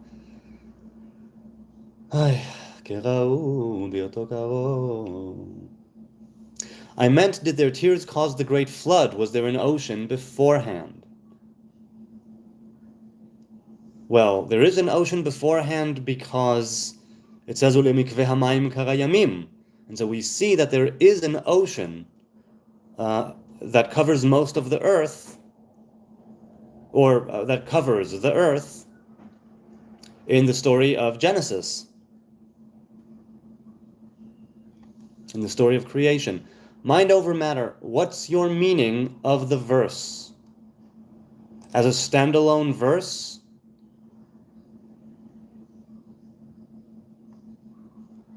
I think it means that they should remain in the covenant and not forsake it and not think that they don't matter.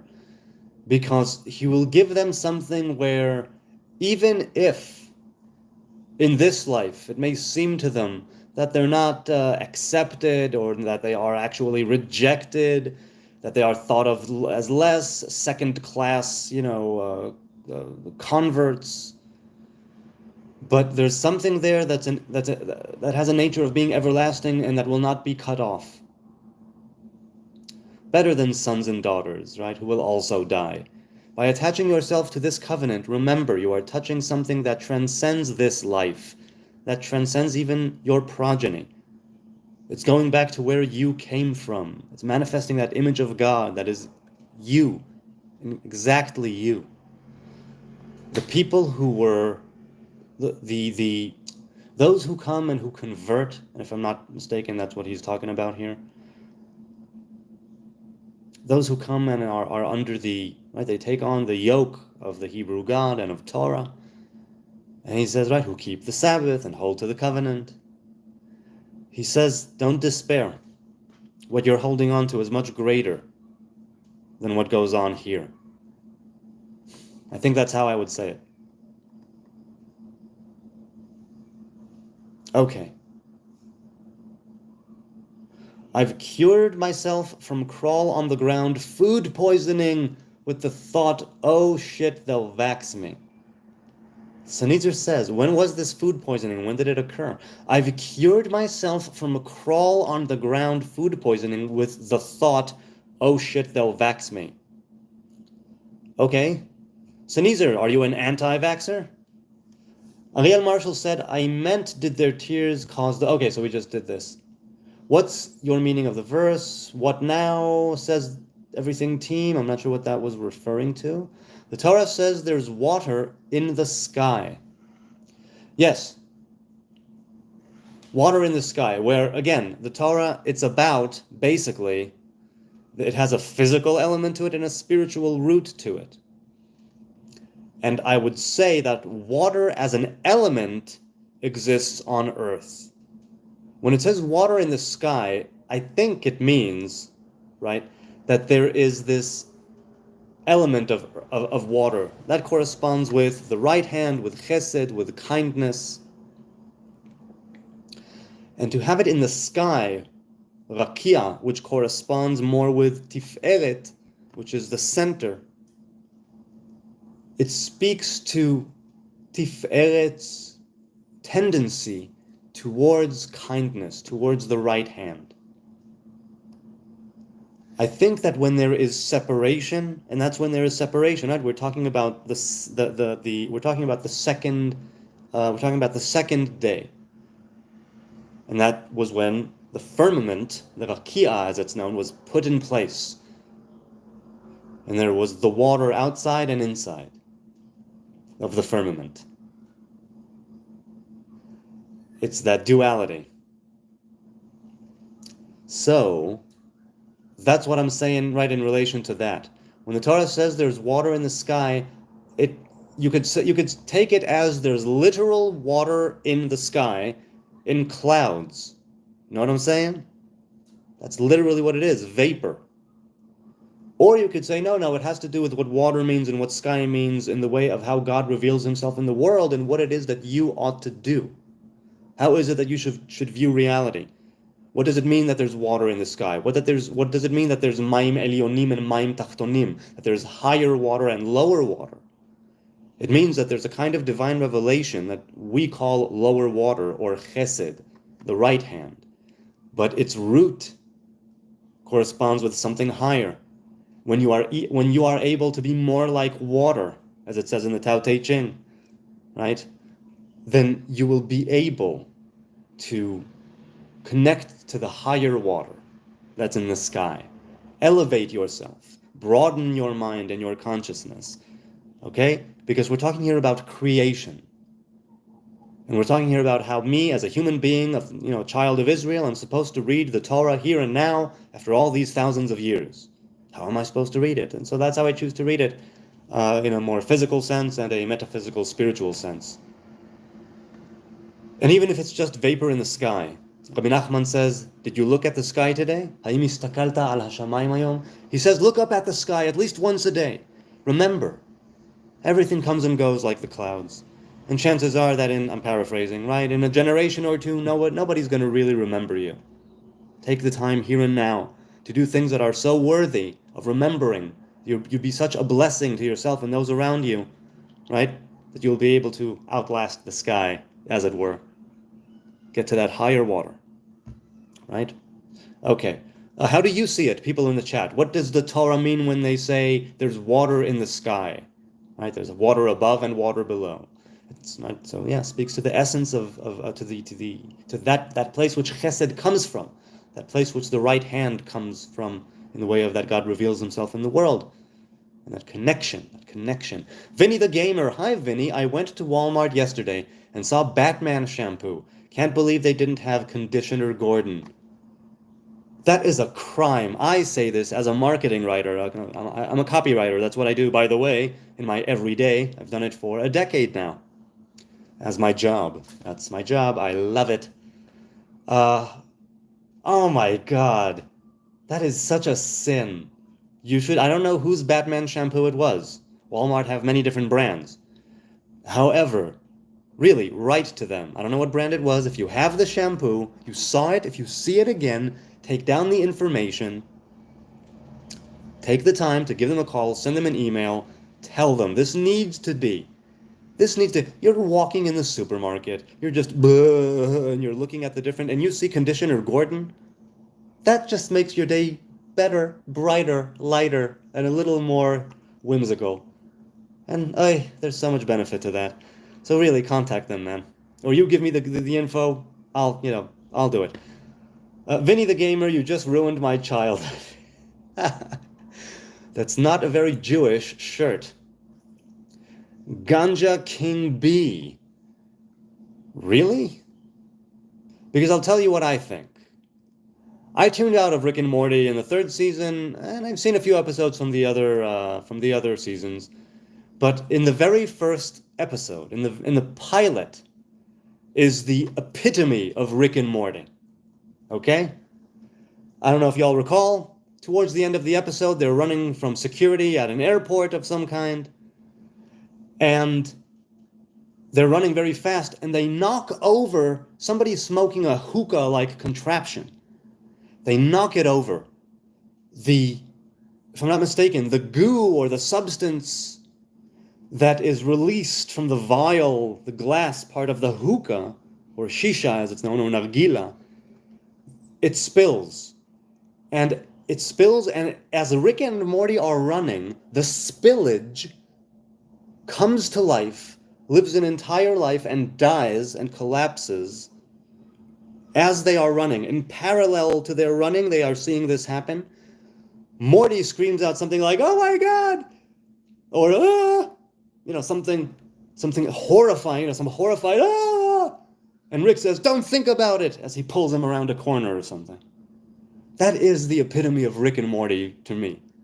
And I don't think I'm minimizing it or simplifying it in any kind of way. I'm simply, that really remains, after a few seasons that I've seen, the epitome of Rick and Morty, of him being horrified by something, and him saying, "Don't think about it," as he pulls him along on the way to whatever. So, Rick and Morty, as far as I'm concerned, is a very Jewish shirt. Because even though the themes are not Jewish or modest, there's a lot of cursing and sexuality in it and whatnot. So it's not very modest or tznius in that sense, I'll grant you that. However, it is considered on my end Jewish because it causes you to think. Sometimes, some episodes can really cause you to think. So even though the origin is just a piece, a cartoon piece of art, there's sometimes truth in that art, or wisdom, if not truth, that you can glean from and convert to truth in the way that you live your life. That's Rick and Morty, as far as I'm concerned. Because they are witnessing the evolution of a life from liquid to a fully fledged creature, to death, to old age and death, and it happens in the span of about 3 seconds. You know what? Let's see if I can link it in the chat. I'm going into YouTube just a moment. Rick and Morty, don't think about it. There it is. All right. Yes, it's 11 minutes. 11 minutes. There it is in the chat. It's 11 minutes, I'm sorry, 11 seconds. 11 second video. So yeah. Okay, let's see. Don't think about it. But why do you not think it's a very Jewish shirt? Ganja King B. Also, what is your favorite type of ganja? Caesar says, not really, my childhood was pretty bad. That's not good. Well, ruined my childhood, not really ruined it, I see. What happened that say sentence about boycott thing that is Gal Gadot is support Israel? What about that say sentence about boycott thing that is Gal Gadot is support Israel? I'm not sure what you mean, so I can't answer it. If you're asking plainly, if I can sort of gather it, if you're saying what happened that they are saying you should boycott Gal Gadot because she's an Israel supporter, I don't understand what you mean. Juan, hi Juan. Juan, Kimberly Diamond Hole. Kimberly Diamond Hole. Nice to meet you, Kimberly Diamond Hole. I'm Jonathan. The Everything Team, am I the only child here? Read me something that will get... Am I the only child here? Read me something that will give me nice dreams, please. Hey, I'm reading the chat, so by all means, I'm sure that to some people, this is indeed exceedingly boring, cringy and heart-wrenching they'll confess and do anything, just to get out of this live stream, if they are ever forced to watch it. So, read something, I'm reading the chat. But other people, if you want to read stuff to the Everything Team, by all means, go for it. What the hell is this? Says... I'm going to read it as Berserker. My love for you is ticking clock berserker. The Everything Team, hi to you too. Oh, what the hell is this? This is religion, spirituality, faith, self-development through the eyes of a modern-day Nazarite Am Haaretz. That's me. And we discuss everything here from farts to quantum mechanics. Join us, won't you? And see how they are one. John G., free Antarctica. Free Antarctica. Free Antarctica from the bad times it might be going through. What are your thoughts on Palestine? Well, my thoughts are that I want to live in peace with my neighbors, and I think that nobody owns the land, and God owns the land, right? There's a kind of revelation of ownership that I don't have, but the divine revelation does. Furthermore, I think that Hamas need to be eliminated and never rear their head ever again. The ideology might remain and shift and focus and reincarnate in something else. I don't know. Far be it from me to say.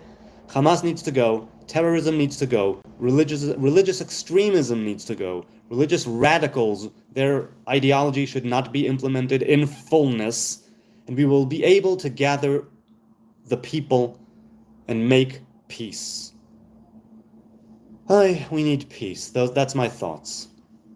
But, I do believe that Palestine is something that the Romans called, right? Provincia Syria Palestina is what they called Palestine, the land of Israel, the land of the kingdom of Judah, in order to spite the Jews. I don't believe it was ever a country, never had a ruler, never had an anthem, never had a coin or currency of any kind.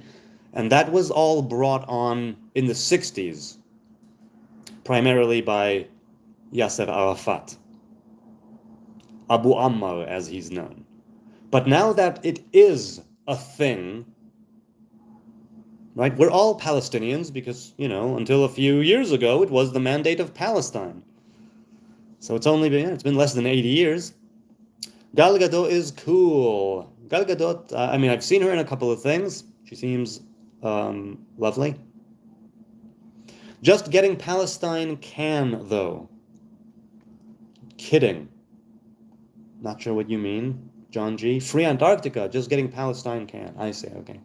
Sneezer says, the everything team, put your finger over everything I say. Sneezer says again to the everlasting, do not read. Let's go Israel, John G. says. Yes, let's go Israel, let's go. Defeat Hamas, take them out. Or Hamas. Surrender, Hamas. Put down your arms, release the hostages. The war will be over, and we will dictate the terms of peace. The everlasting team, LOL, you don't listen too good. Oh, Sneezer says to the everlasting team, don't read anything. I said don't read anything. How far back is this Jew on chat, says John G. A lot. I've got a backlog of a couple of weeks, so I don't know what I'm going to do. Bro, are you a Jew? Yes, I am, Berserker. The everything team, the equivalent of cover your ears, boy, says Sneezer. Free Conyo and free Sudan, also free Samoa, says, oh, Ara Vanilla, you've been here before. Good to see you again. We love Israel, Robert says. Appreciate it. Good night, Abba. Good night, my man. Good night, Abba. You are the dancing queen. Young and sweet, only 17. Shout out Juron Comedy. All right. Well, put it, put it down there in the comments afterwards, or have people go there. If it's a good comedy, then I'm sure people will enjoy it. It's in the eye of the beholder, right? Ron Knight is my uncle. Is he now? Who is that? John G., you're in my side, Berserker says. This guy is a super Jew, says Berserker. I don't know what that means. I don't think I'm a super anything. Maybe a super douche. What is worse, the everything team asks. Palestine forever, says Berserker, is not real. Aha. How lovely and witty. A lovely play on words. So, again, you can say it's not real. I can say that the Palestinians as an identity is the product of the 1960s. But we can both say that Jews and Muslims, Arab Jews and Arab Muslims, if you don't want to go with European colonialist settlers, Arab Jews and Arab Muslims have always had a presence of some kind in the Holy Land. Right? Whether it was shluchim, right, people who were messengers going back and forth, whether it was people that came from the Arab lands, and I'm talking before they were all kicked out or were forced to leave under different circumstances or left of their own accord. So we can agree that they were all Palestinians under the mandate of Palestine, right, of Britain. That's the Palestine that we were. The Jews, as in the kingdom of Judah, they were Palestinian in the eyes of Rome that renamed the province, that renamed the region. But once again, I'm not here to debate you on the existence or lack thereof of Palestine. I'm just going to say that this is what I think, so, and it goes against what you think. Fine, I still believe we can find common ground and build from there. What do you say, Berserker? Hit the like, says Robert. Thanks, man. Or not, you know. What the hell? I've never heard someone waffle so much. Oh, you haven't heard anything yet. Why, I can ramble and rant and rave and spew and all of the bile and the verbal diarrhea and the nastiness for a very long time. Sabira Binte Saif says, Free Palestine. I agree. Free Palestine from Hamas. Thank you, Sabira, for supporting, Sabira Binte Saif, for supporting Israel in its just war against the terrorists. Thank you so much. Free Palestine from Hamas. Free Palestine from terrorism. Free Palestine from religious extremism. We want to make peace with the peaceful and loving and kind and generous and hardworking, people of Gaza who just want to be left alone and not have these nut jobs rule over them. They're caught between a rock and a hard place, the people of Gaza are, and the West Bank. Well, guess I gotta leave. There's a miner here. Spaghetti, hi Spaghetti. Are you related to the flying spaghetti monster? Looks like Taliban and Rastafari at the same time. Okay, if you say so. I don't have much. I might have some to do with the Taliban. I don't know what they do. I don't know what their, I don't know what their deal is. I know that they are implementing some extreme laws of Sharia in Afghanistan right now. Who's miner, Sneezer? Question, the everything team. Yep. This guy is yapping a lot, says the Berserker. Yappa, yappa, yappa. Yes, of course. That's what I'm here for. I'm here to yap. And you read your yaps. We're doing the yapping over here, Give and take. What are we really talking about? I'm confused, says the everlasting team. About his life expectancy, says Spaghetti. Team Tempest, hello from Stock, Essex, UK. Hello, UK. Hi there. His what? If you guys hit the like button, I'll tell you. Robert with a very, very interesting offer there. Hi from UK, Maha Vizhnv. Hi, hello, Maha. Type 2. Type 2 diabetes, the type that comes after years of Western food. Oh, I see. I said probably can't help you. Yeah, I understood. Not live, Team Tempest says. No, it's definitely live. I'm just going through the comments one by one. The probably extra important. Probably is extra important. Yes, I agree. Sneezer says, oh, by the way, what I'm reading right now came in at 9:57 p.m. and now it's 10:53 p.m. So almost an hour ago. I'm an hour behind.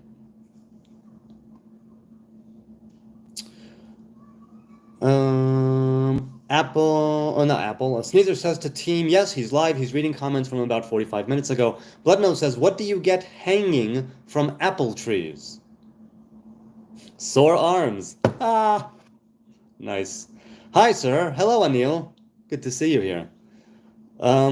Jew hippie. Yeah, I try to be, I guess. I might be doing it all wrong, but that's kind of what I'm trying to be. Jew as in I'm from the kingdom of Judah, and hippie as in I'm trying to be more aware, right? That's to be hip. So yeah.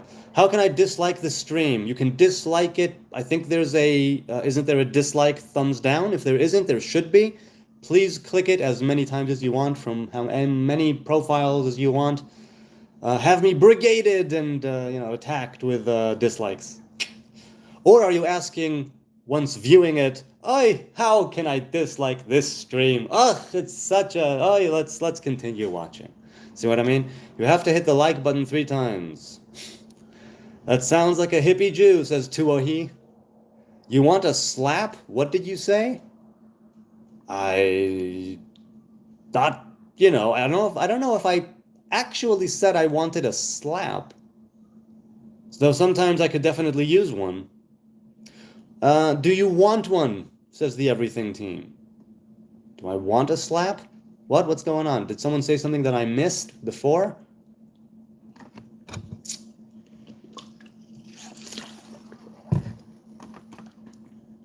Sneezer says, yeah, I mean no insult with Jewish Rasta. It's just a quick summation. Following Torah, open to weed, dreadlocks says a lot already. I agree, yeah.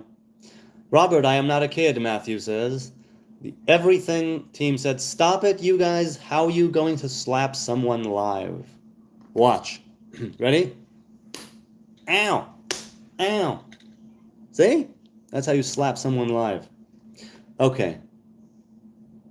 I hope you heard the smack. Let's see. Hello, bro. What do you do? Sigma male asks. What do you mean, what do I do? I try to be the best that I can be. As for work, I'm a writer.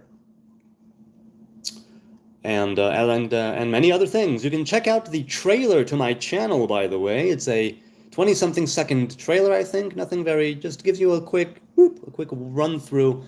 I made it in 2018. The only thing that really changed there is that I'm no longer in active reserve duty. Okay. Robert Harrison says, Matthew, okay. Metzitza b'peh says just here, says, yes, that is the third and final act of halachic, orthodox, rabbinic male circumcision. Metzitza b'peh, correct. Preceded by milah and pri'ah, which is making the incision and parting the flesh, if I'm not mistaken. Okay, just here. What does the Talmud say to do to Christians and others you consider Gentiles? I think that I answered this already. I think that you were here a day or two ago, and I did get to it. So I'll give you I won't get into the whole thing, but I will give you the bottom line. Talmud was written and sealed around the 3rd and 4th century. Sealed, I think, in the 4th century, maybe the 5th. Either way, it was the relative beginnings of the Christian path and the different churches.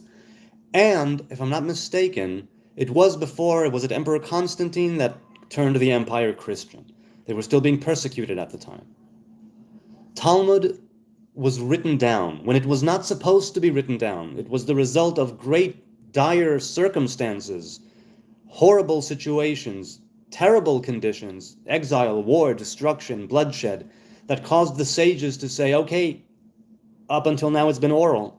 That's how it was meant to be. But if we don't write it down now, we might lose it altogether. They wrote down that which should not have been written down, but was for the sake of conserving the faith and managing in exile, survival mode. Now, as such, the Talmud says many things that are categorically proven untrue, physically speaking, because the Talmud has a spiritual origin. The Talmud has a spiritual origin, and by the time it comes down here as a book that was written down and compiled and sealed and canonized, and many tractates were lost, if I'm not mistaken, as well over exile, over the time of our long exile. So it doesn't come as any surprise to me that the Talmud treats Christians, if you will, and other Gentiles with an unfavorable eye, and a very critical eye, judgmental eye, one that is yearning for redemption for Israel, considering the state that they were in when the Talmud was compiled and written. Oral Torah, it ought to be an updating, dynamic, and regenerating in some way, I guess, in the way that the sun rises in the east every morning, in that kind of way. Should it still bring us that light and that love and that progression day after day? Right? That's what oral Torah is supposed to be. So what does the Talmud say? A lot of negative things about Gentiles, and it comes as no surprise to me, considering when it was written and to whom and why it was written. And, once again, it's the physical manifestation of something that has a spiritual root. That spiritual root is one that Israel have a connection to. But Gentiles do not, since they are not under the yoke of Torah, commandments, and the Hebrew covenant. And so what the Talmud has to say regarding halacha has nothing to do with them. They don't need to keep the halacha. In that sense, there's a big divide and a duality between Israel and nations, Yisrael and Goyim, or Akum, right? People who worship false gods, false idols, the stars, the sun, the moon, and so on. That great divide is made clear in the discussions and the teachings that go on into constructing halacha and extrapolating it, if you will, from the verses and from the different halachic arguments. That's what the Talmud is. It's a series of arguments, debates on the finer points of a verse in order to understand the rules, laws, regulations governing a particular commandment of the 613. That's what it is, an oral tradition. And because of the destruction of the temple, they had to go with a very strict one path, largely speaking, of halacha. And I don't view Christians and Gentiles in a negative way. If they act negatively towards me, then I might see them in a negative way, of one kind or another, or maybe not, depending on the circumstances. I believe in second chances. The point is that the Talmud has a lot of negative things to say about Gentiles and Christians as a product of its time. Also, the product of being something that was written down that should not have been written down, and that the physical manifestation of it as a book and a collection of masachtot, of tractates, codifying the law, as it were, that's something that the spiritual root of it is different, let's say. That's the place where halacha is guiding you. Halacha means to walk, meaning you follow these rules, these ideas, these concepts, and they lead you on a path of righteousness and of holding on to Torah, and that will enable you to get higher. That will enable you to come to that place where there is no duality of Christians and Israel, that root.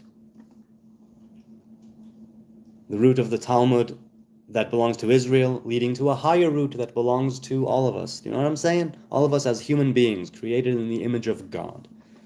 Sennheiser says God is the one that is many, the indescribable only because it takes eternity to describe. And I would posit and say, rather, that even then that's not the case, because if we can conceptualize it through speech or senses or ideas, it's already not God, but a revelation of God. White boy with that hair? Says Yossi Chipim or Chipim. Yes, I think you've been here before. Speaking of which, let's let loose the great, the main. Hold on a second. Oh, that feels good. Oh, it's been tied up for a few hours, I think. Should have done this before. Okay, much better. All right. The tri-omni perfection outside of time, says Sennheiser. Free Israel, I agree. Free Israel from terrorism. Free Israel from terrorist attacks. Free Israel from Hamas, Fatah, Jihad Islami, and other pieces of shit. Free Israel from the religious extremism on both sides. Free Israel from all of its wrongdoings and transgressions and the bad things that it's doing, because undoubtedly it also does bad things as a government, a state, a military.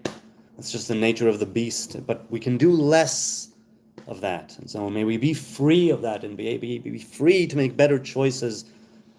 More like a Taliban, says Spaghetti. Bye everyone, says Everything Team. It's nighttime from me. Goodbye, Everything Team. Goodbye. I don't think so. It was an hour ago that you said this, but maybe you'll revisit this live stream and I reacted to your things. Pretty standard interpretation for English God. God bless Israel, says Sneezer. God bless Israel, says Dylan. Indeed, may Israel merit the blessing. Yes, may we merit it. God save Netanyahu, Dylan says. Trump 2024. Well, as far as a leader goes, he is still the leader. I hope Netanyahu is able to make good choices. I'm just one simple dumbass in the Middle East. I don't know what goes on behind closed doors. I don't know anything about politics. By the time I hear or read any news, it's already propaganda. So I don't know really what's going on at any point, at any time. And I haven't voted, as I said, so I don't know what to say to that, you know. I hope Netanyahu makes good decisions. I hope that whoever would lead the U.S. into a better future, may they be elected. Though, as said very well, John 3, God is love, said Sneezer. What the hell is BDSM, said Bloodnose. It is bondage, domination, submission, or sadism and masochism. Or, or slave master, or servant master. And it is quite a path. Israel #1, says Dylan. Sadism, masochism, and bondage. Correct, yes, that's right. Thank you, Sneezer. Pegging. Pegging is not necessarily about BDSM. It's not about bondage, domination, or submission. It can be a form of domination if that's what you're shooting for, but pegging can simply be a different sensation and different stimulation. Backdoor. Basically how an atheist perceives religion, says Sneezer. Trump, Yeshua, says Robert, with U.S. and Israeli flags. It is those few that give hope, said Sneezer. How an atheist perceives, okay. No, I mean there's a DMT stored in the center of your brain and the right meditation releases it. Right, okay, I hear you. Jews grow dreads, says Harish Vivekanathan. Some do. Yes, that is its main purpose, said Sneezer. It probably happens during enlightenment too, and yogis play with it. Yes, I agree. DMT, it has its, yes, that's right. Breath is what binds our soul to our body. Yes, that sort of thing. Correct. You can do a lot with breath. One in the chamber says, this guy wouldn't know a god if there was one. No, I definitely don't know any god. I do not know any god. All I know is how God reveals himself to me. So I know revelations, but I definitely wouldn't presume to know this god or any other god. I find Isaiah 56 truly interesting. Indeed, the entire chapter is very good. Caesar says, that's what I meant. Yeah, I hear you. What the hell is boofing? So it was explained by me and people in the chat. Austin Johnson says, okay, I have to ask, don't your parents, the bankers, have a problem with your living in their basement or second home and only doing drugs? Nah, I'm just kidding, LMAO. Now let's break down the gag, as we like to do here. Don't my parents, the bankers, they are not bankers. Definitely not bankers. Do they have a problem with me living in their basement? I did live in their basement a day here or a day there when I came to sleep over. Or second home. Thankfully, I own my home. Not fully yet. And only doing drugs. Now, if I was only doing drugs, I would not be able to hold and pay mortgage payments and hold a home. So, I hope it never comes to that. But thank you. Now, as you phrased the question, my parents don't have a problem with it, since they give me the money to do all the drugs. They pay all my bills. They gave me the choice of the basement or the second home, because that's how they roll. And they don't have problems in general, because they are such good bankers. Thank you. I'm lost too, Bloodno says. Deal with the facts. Deal with the facts. Dellard? Deal... How do you say nightmare in Hebrew? Siyut or Chalom Balahot. Eddie Boy, hey, I'm from Indonesia. Hi, Eddie Boy in Indonesia. Shalom Israel, says Lady Dasha. Shalom to you. Good to have you here. Peace, says Bloodnose, to deal with the facts. Hi, I'm from Turkey, says Omer. Hello, Omer in Turkey. Good to see you here. I think you've been here before. Sneezer says, hi, y'all who don't know what boofing is should certainly cover anything I write. Bloodnose says to Austin, this guy lives at Ground Zero, Jerusalem. God bless him and his family. I appreciate the kind sentiment and the kind words. Jesus is the Lord. Come on, people, says Marco. Yes, those who follow Jesus think he is the Lord. I do not follow Jesus, and I don't think he's the Lord. My words are for people who have lived. My words are for people who have lived, says Sneezer. And Robert says, Shalom to Omer from Omer in Turkey. Yeshua is king, says Robert. Jesus is the book of Moses, says Marco. Yacubian devil. Yacubian, I'm not sure what Yacubian means. Matt P. Hello, Matt P. But yes, I am definitely a devil in the sense that I am an adversary, I'm sure, to many folks. or at the very least represent that kind of life. Lucas says, "You're funny, my friend. Good times. Thanks for having a sense of humor." You gotta have a sense of humor. You really do. "Oh, come on, this just makes it skip," said Sneezer. Good Times TV, anyone seen him? Asks Robert. I have not seen him since yesterday. Bloodnote says, "Where's the guy that asks HN to show his knees?" Yes, yes. It could be that they gave up, Sneezer says, "Jews versus Jesus, Islam versus either." Margot says, "Spirit, you are first spirit and then bloody body." Right, and then there's a connection there between mind, body, spirit. Yes. Austin says, "Blood knows," right, and that's the blood and the heart and the brain. Blood knows, Austin says, "I don't believe in their war. May the best man win. America, bitches. Hashtag America, bitches. If it is God's will, it will be done by their book, right? LMAO." Well, let's put it this way. I know that according to Torah, if we don't hold true to the covenant and the commandments, then we may be kicked out again. That's what it says. Robert says, "No, Jesus versus Jews. Jesus loves Jews." Okay. Austin says, "This guy's not even reading YouTube comments." Well, you are indeed wrong. I'm reading them one by one.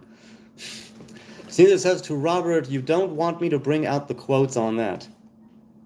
Marco says, "God told us we will die in body, but Snake told us we will not die."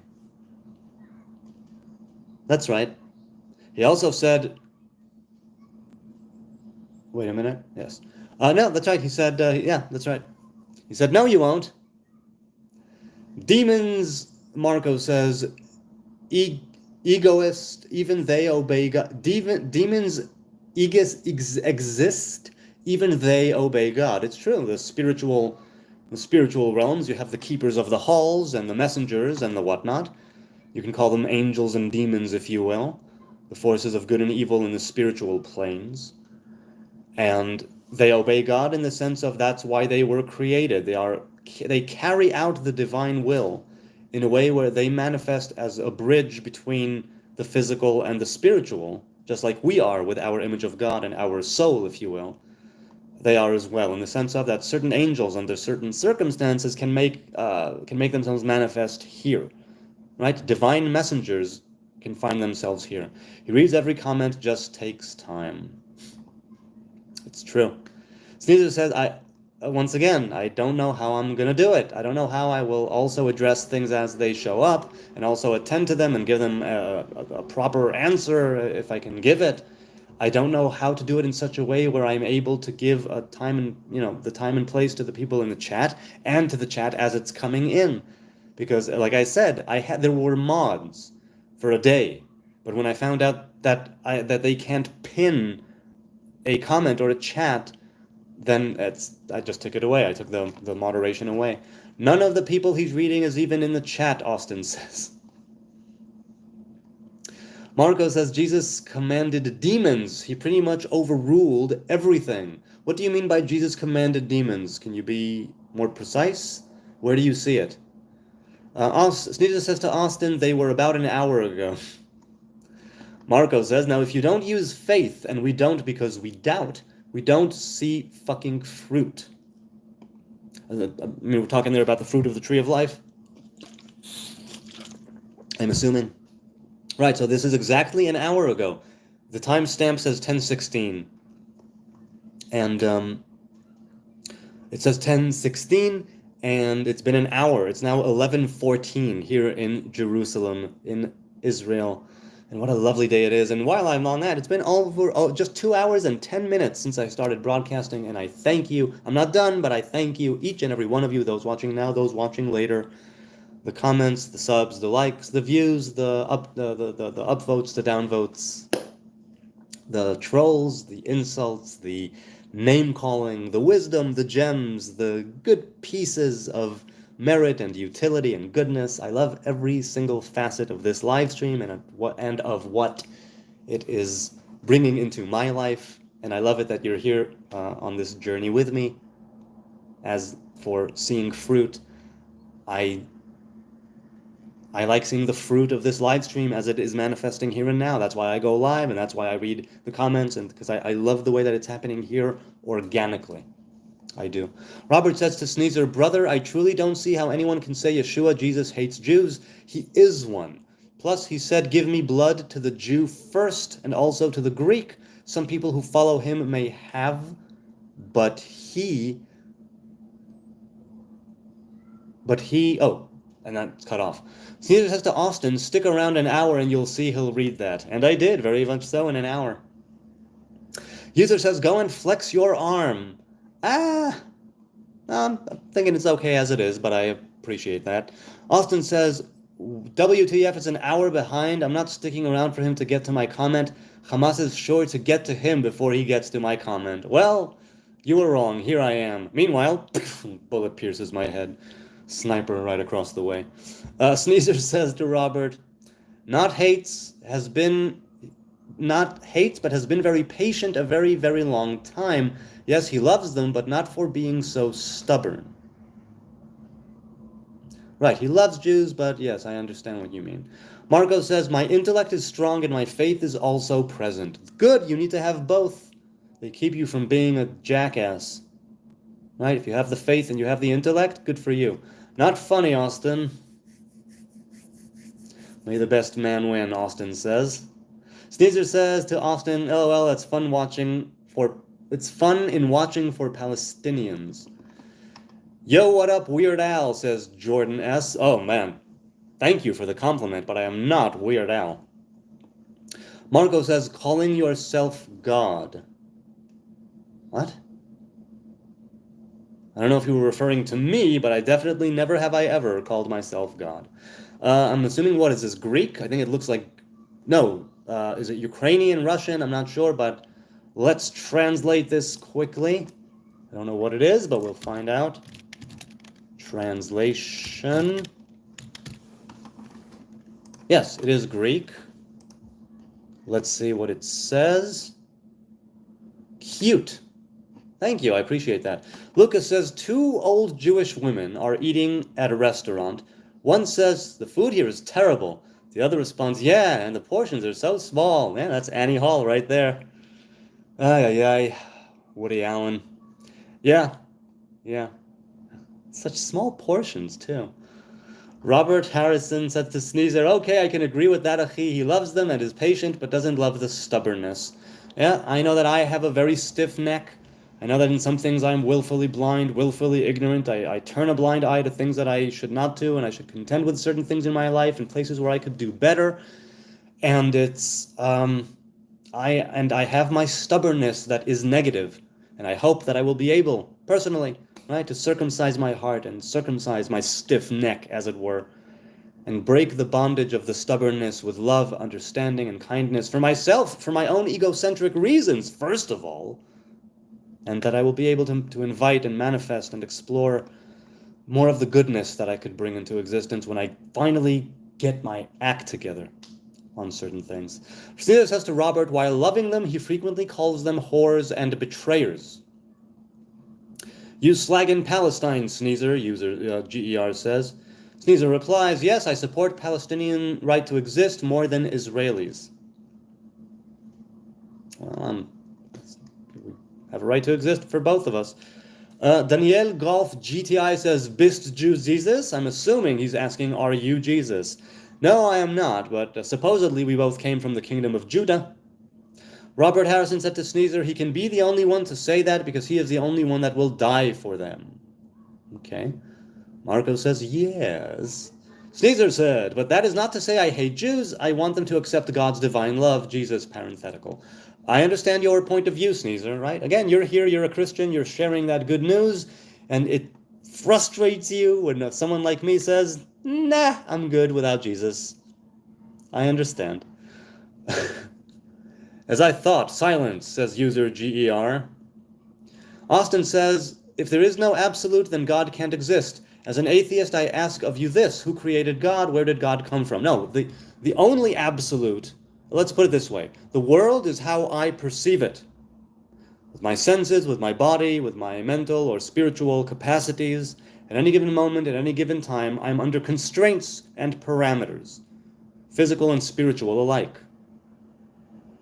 And I do not ever speak in absolutes. The only absolute that I speak in is God. And I say, I don't know God. All I know is how God reveals himself to me.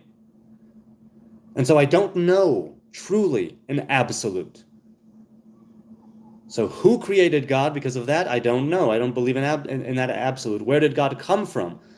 I don't know God, and so I can't answer. I know where divine revelation came from in the way that it's brought down in Orthodox Judaism. That I could say something about. But as for who created God, I don't know what God is, so I can't answer. Where did God come from? Right? These words, who created God, these are things that, as individual words, they are words, human words, and as such, they are already limited and constrained in vocal speech or reading, understanding, having it in a kind of pattern that's understandable to people who read it, and that's already putting limitations on it. And God is, if you will, the limitless, the unknowable, unfathomable, untouchable creator. There's a split between creator and all creation. Even that creation which is so close to the creator that you can't even see the difference. As I say, like putting a candle in front of the sun. It's like, is the candle there? Yes. Does it really matter? A single flame next to the sun? And I know there's no oxygen in space. You know what I'm saying, though. So all I know is how God reveals himself to me. But others in the chat, please answer Austin. Who created God?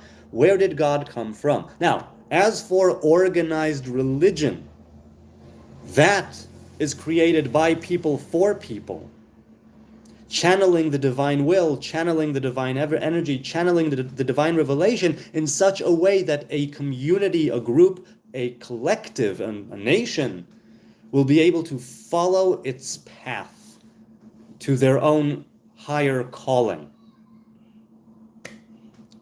Okay. And where did organized religion come from? I would think that it came innately from humanity, questioning its own existence. And some say fear of death, which also has to do with our own existence and the way we perceive it. Robert Harrison, he buys them all the time in the world. He buys them all the time in the world. Yes, it's true. If you're thinking of Jesus as somebody who has patience, then apparently, because he hasn't showed up yet, he has a lot of patience. Jesus is love and the sword, said Marco, to cut our opposition. I hear you. Sneezer says to user, it's basically the only thing me and HN disagree on. That was you?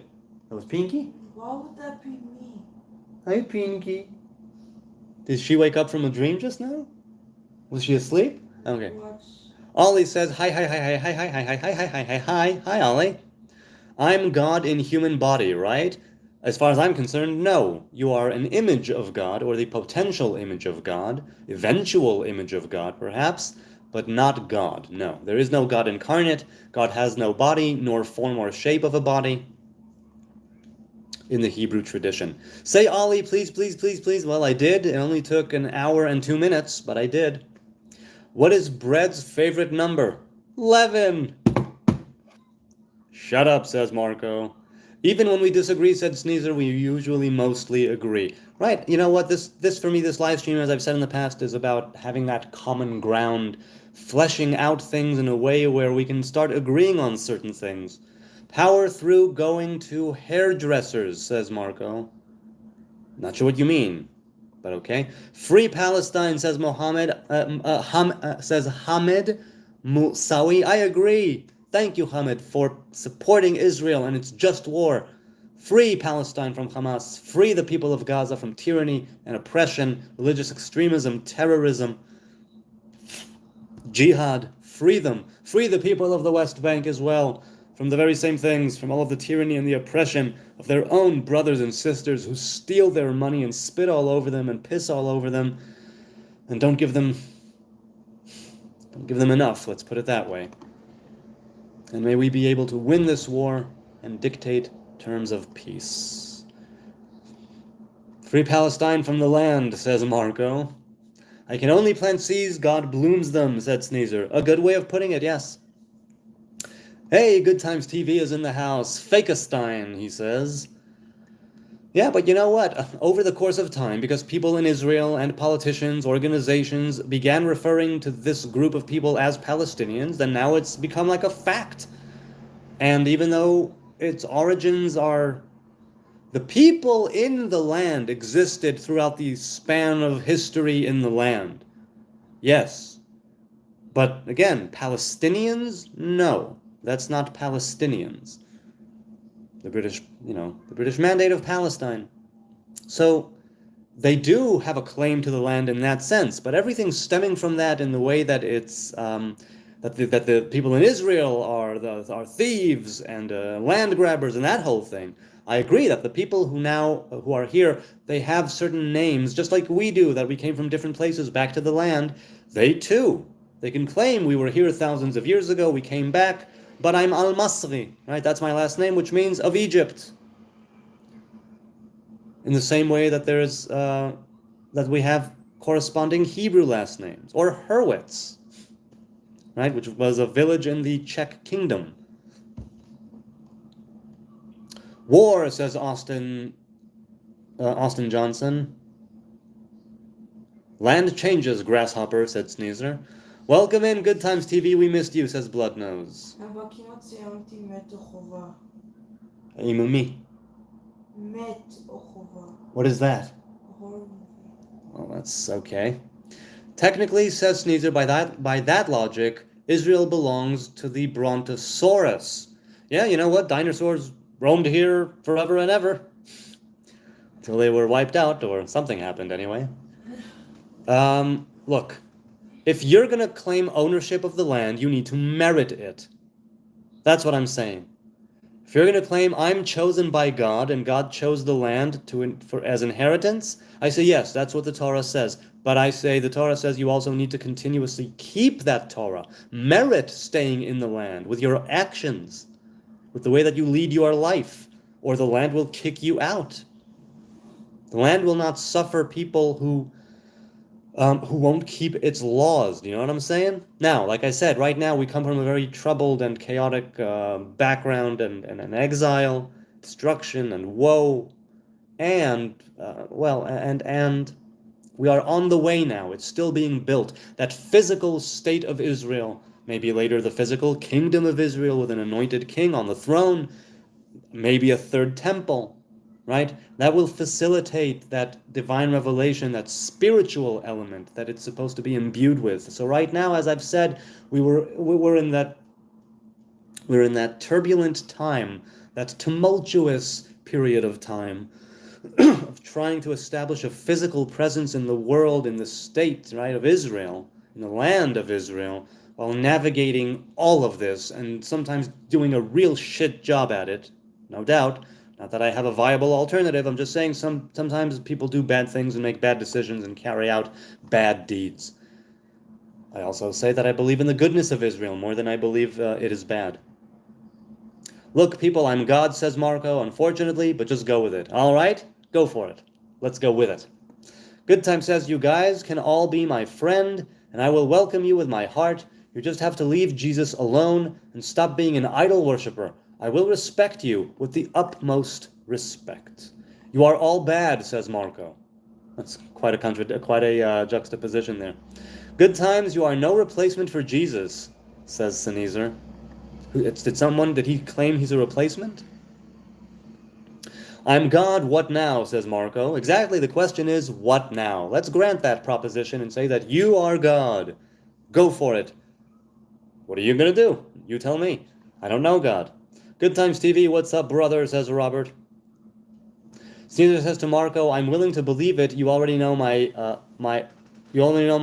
piece I'm writing. I'm waiting. You already know my price. I'm waiting. Good Time says, Robert, I would truly consider my brother if you worship only the God of Israel and leave Jesus alone. If you do that, I'm open arms, your friend. Native blood. If you look up woke in the dictionary, you will see his picture. All right, I'll take it. I don't know what woke you mean with a W, but okay. When someone at some point tried to pin me down, whether I'm right or left-leaning politically, and that's here in Israel, not the States, He said eventually that I am both, and I said that makes perfect sense because there are elements of right-wing Israel that I can vibe with, and there are elements of left-wing Israel that I can vibe with. I believe, I'm drawn to both in different ways. Now, if you want to say woke as in aware or present or mindful, then I'll go with those. I appreciate that. I'm definitely not all the time, but I try to be. Marco, have fun fixing all the world's problems, KJB says. God loves devil, Marco says. Now what? Yes, God loves the adversary in the sense that the adversary is a servant of the Most High. And if we're saying that God is love, and some people do, that manifestation of love is also to the adversary that is supposed to, through his doing, elevate his the counterforce, right, of the human being. Good Times TV, I can never do that, but you're a cool guy. Good Times says, Marco, your demand for eternity. You're damned for eternity. Sneezer said, if you think that was it, you're wrong. Austin says, I call it natural selection, retards fighting with guns over invisible gods. Yes, I long for a time when war and bloodshed will be taken away from the world. Before we eat from the fruit of the tree of life, I hope we will be able to put our differences aside and live with more common ground in mind and elevate ourselves in such a way where we are able to bridge our differences and fix the gaps and put patches of justice, righteousness, and kindness over the different places that need to be patched up between us. And we'll stop fighting each other with guns, with fists, with knives, with words, and we will be able to not have invisible gods, because God will pour his spirit upon all flesh, and just as I know, let's say, that the sun rises in the east, as clear as it is, as clear as day, I will understand that deep connection between myself and the divine, where I am in the whole thing, and each one, we'll be able to see it. Same as you can see right, with, let's say, an electron microscope, that atomic and subatomic level of minutia. Not minutia, what's the word? Anyway, minute things. We'll be able to understand reality to such a degree, we'll be able to see how the divine revelation works through us together, right? And we're all a bunch of divine fractals. Ooh, freaky timing, said Sneezer. What's the freaky timing, man? Well, if Jesus has mercy, and he has, I'm with him. He is it. Yes, I'm also, says Marco. Sneezer says, students have the saltiest tears. Oh, the chat just jumped once again. Let's see where it jumped to, shall we? It jumped to 10:46. I think I've been on for almost 2.5 hours. So I think that I might say goodbye now. Wait.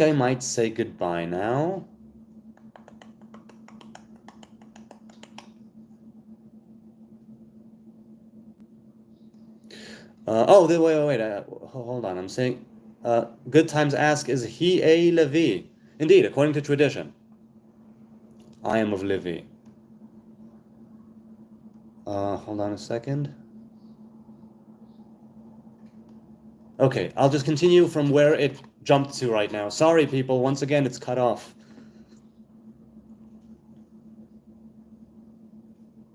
Big Man says, thoughts on Meditations of Marcus Aurelius. So I read it. I did a 7-day Stoic challenge, which became a month. I never finished the book, unfortunately, but I still have it, and I know where it is, and I have my in a little file, right? And I have my words as I was reading it. Just thoughts that came to mind and so on. So, to the degree that I read it, because I didn't read the whole thing, and to the degree that I understood certain things, because certain things went over my head, so my thoughts on Meditations is that it's a great book, keeps you humble, opens your mind, and shows you why this person ruled the way that he did, and what he thought Rome should be, I guess, right? Because from the individual to the collective, there's a kind of symbiosis or correspondence. I really enjoyed reading, I read most of it. I didn't finish it, I read most of it. And this was, 9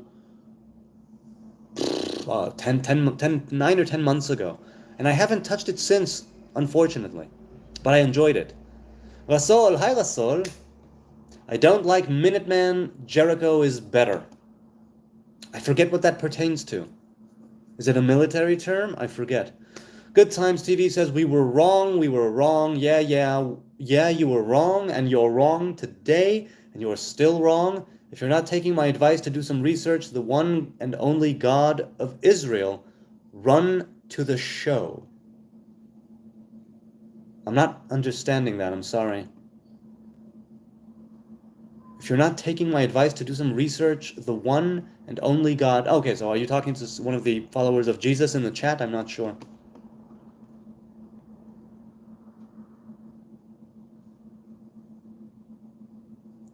I doubt you will read this now, as you're probably about 2 hours behind now, Ariel says. Well, here I am, I'm reading it now. You just wrote it. What's up? Back for a second, hope everyone was good while I was gone. Oh, okay, I see. So yes, I read it. I'm not talking anything negative to you, you're my brother. I'm talking to those wicked idol worshippers in the chat. Oh, okay, I wasn't sure for a moment, I'm sorry. The God of Israel runs the show, you're not even reading it correctly. Sorry. The God of Israel to run the show. Okay, I guess. Oh, no, it says run to the show. That's what it says. It says, and only God, God of Israel, run to the show. I did say it correctly. Love from Nepal, says Bishal. Thank you. Thank you. Love back. Love back. Positive vibration. Positive vibration. I'm not talking anything negative. I'm sorry, I read that already. These fights seem to force a skip. No, it's, I think, just a question of how far it's gotten as opposed to where I am. Never have to worry, brother. I wish I can meet you one day. You seem like a cool guy. You're considered a brother 1000% in my eyes. I appreciate that. And as a brother, I understand why you feel the need to rebuke me. I understand why you feel the need to put me back on the straight path of halacha and orient me in a path that you consider to be the only viable path to Torah and commandments. I understand. I've been there in my own way, in my own experience. So so thanks. I appreciate the gesture and the good words there. It's because I care for you so much and I know how much your soul is so valuable to the world. Each soul is valuable. Each soul has merit. ESC21, what's your opinion on the Gaza situation? That may Israel and Adonai, if you will, free Gaza from Hamas, free Gaza from oppression. I've said this many times. I believe that Israel needs to win this war and that they should then dictate the terms of peace. You're my brother, he says. I don't want to see my brother doing the wrong thing. Yes, exactly, I understand. I do. Nicholas Jr., we were all a roadrunner construction. Oh, we are all a road under construction. Yes, we are the ones who construct it. But I like being roadrunner constructions more. Meep. He believes in freeing Palestine from Palestinians. Negative. I believe in living side by side in peace with those who consider themselves Palestinians if they want peace with us.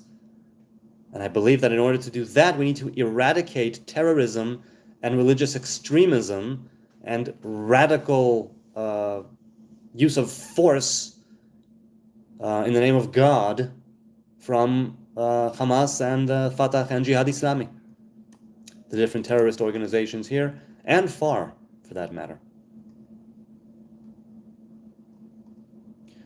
Good times, OMG, you sound like a mother, overbearing mother.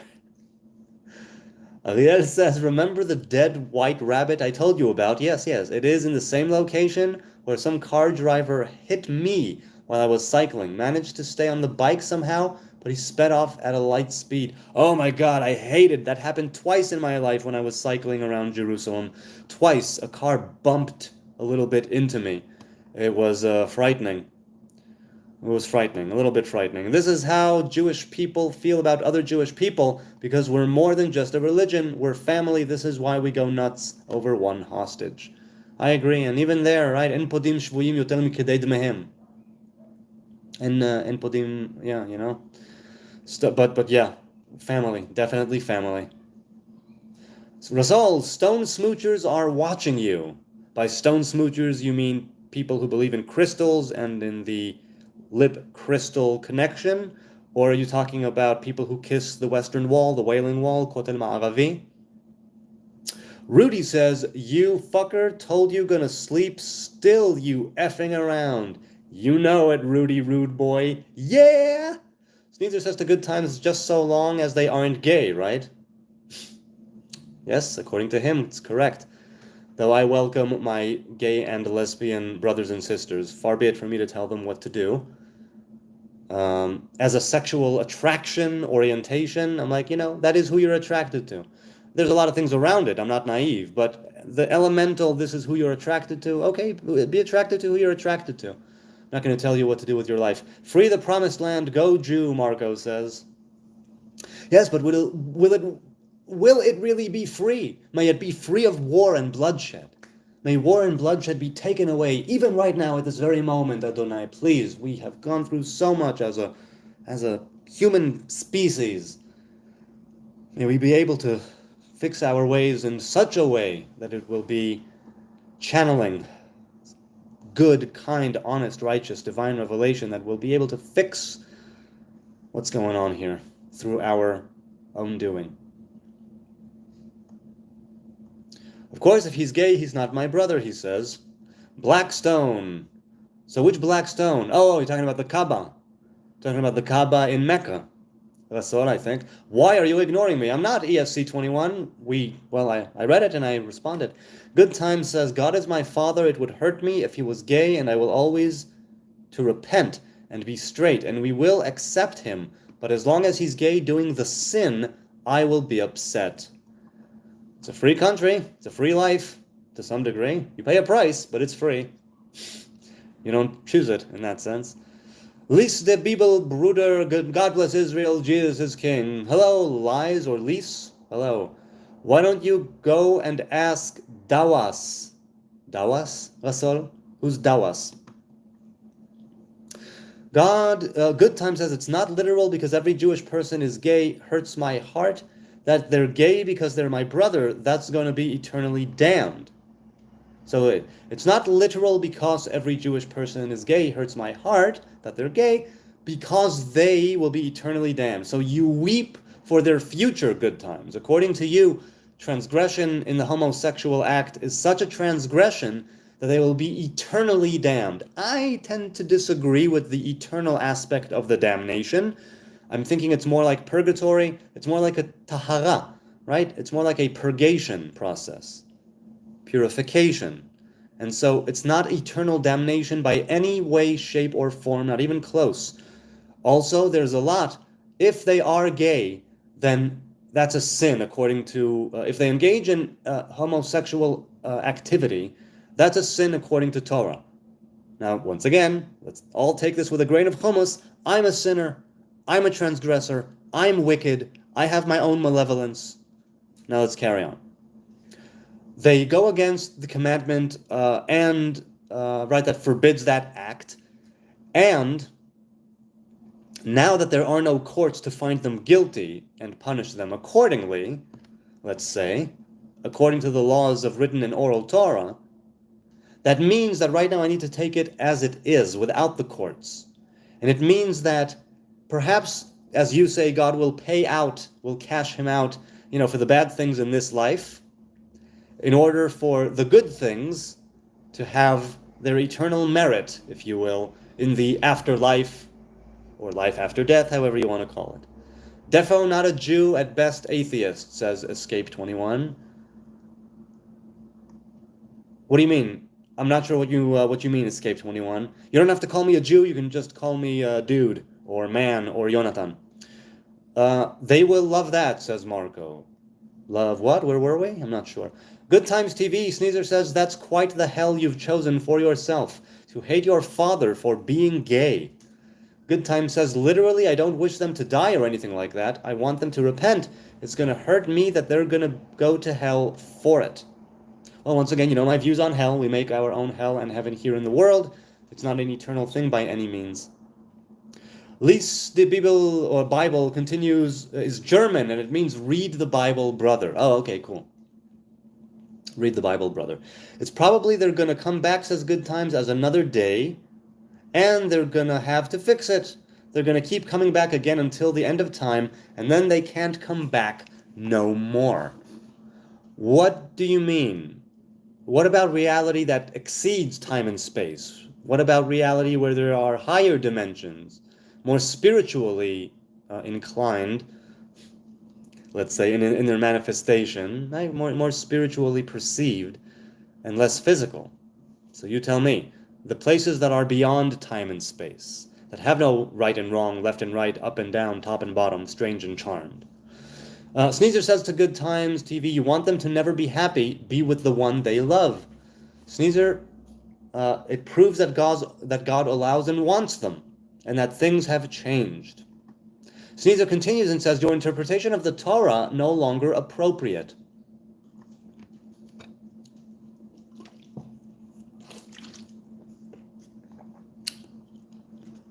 That interpretation you think is no longer appropriate, even though the physical act of homosexual, penetration, that is literally what is forbidden in the Bible.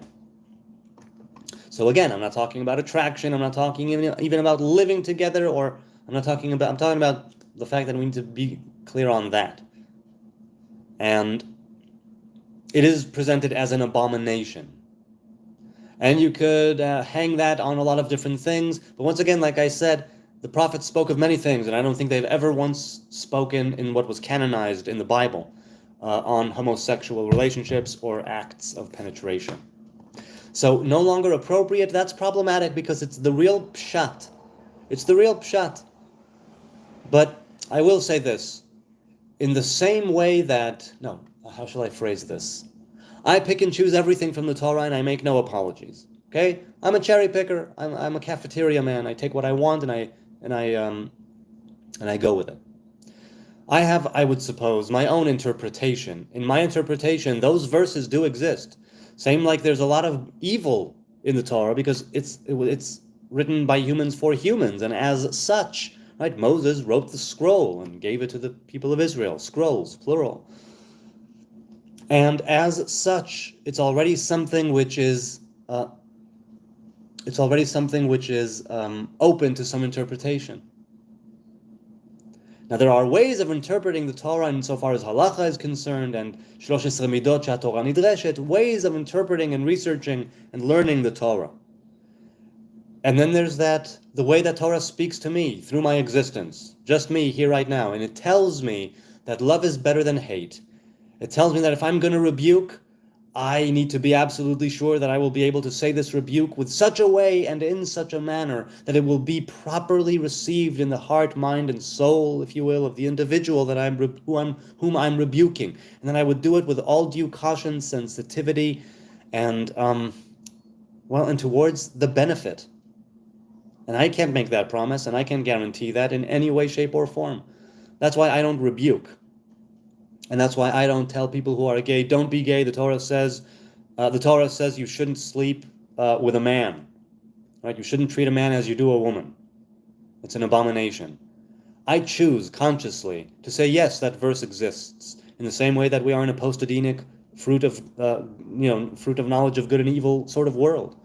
So good and evil appears in the Torah because this is for people who are on the grind, living in this world of duality. The Torah was given with thou shalt and thou shalt nots, also because of that.